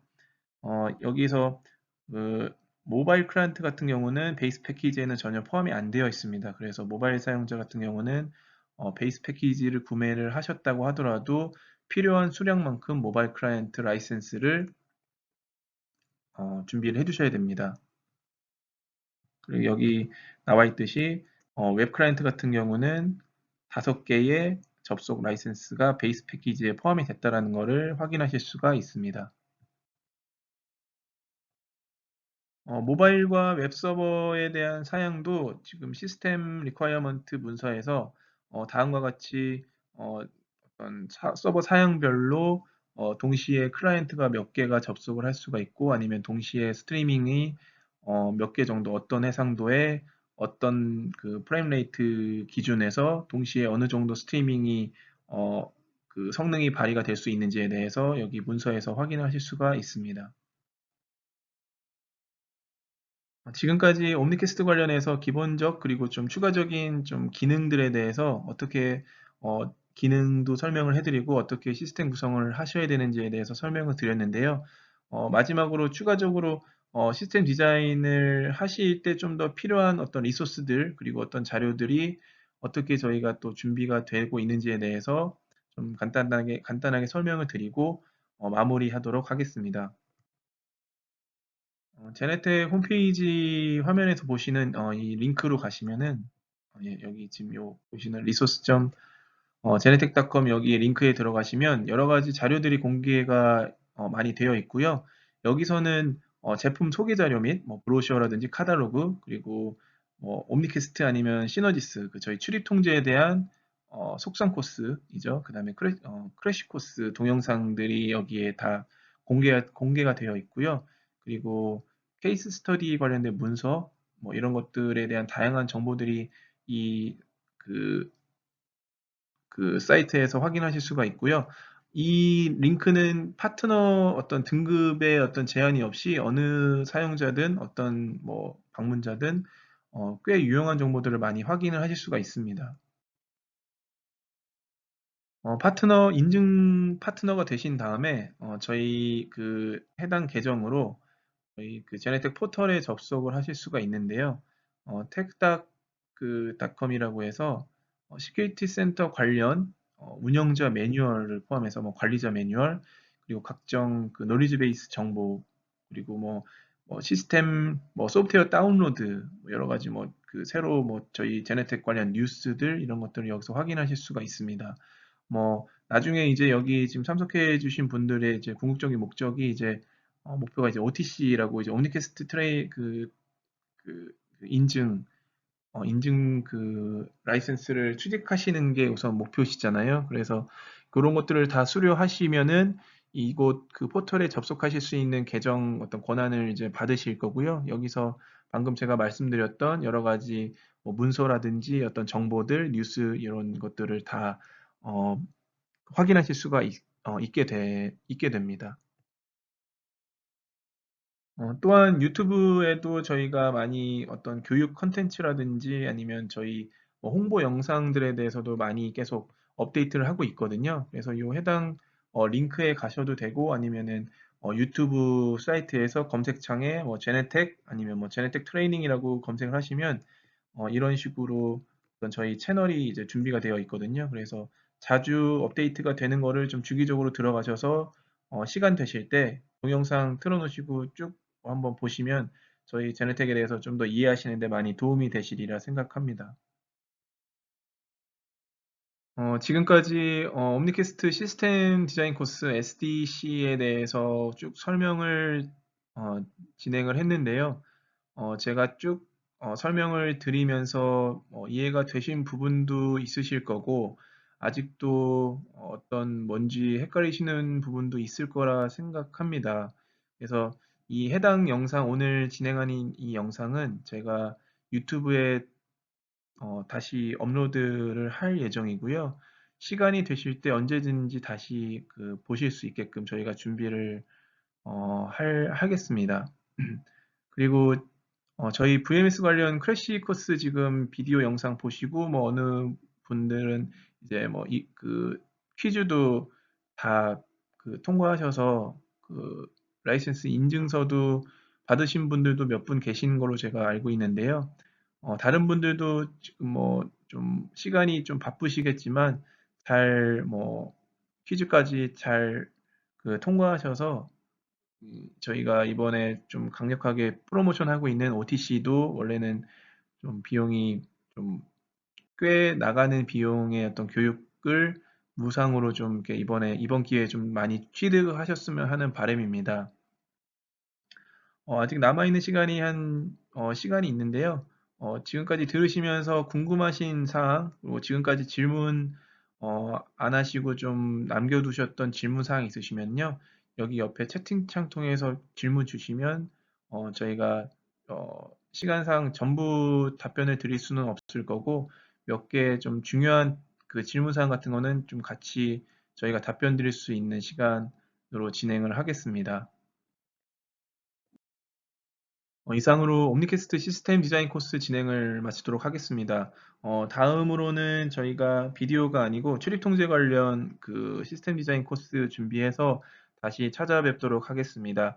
오늘 들어주시느라고 고생하셨고, 조만간 다시 뵙도록 하겠습니다. 감사합니다.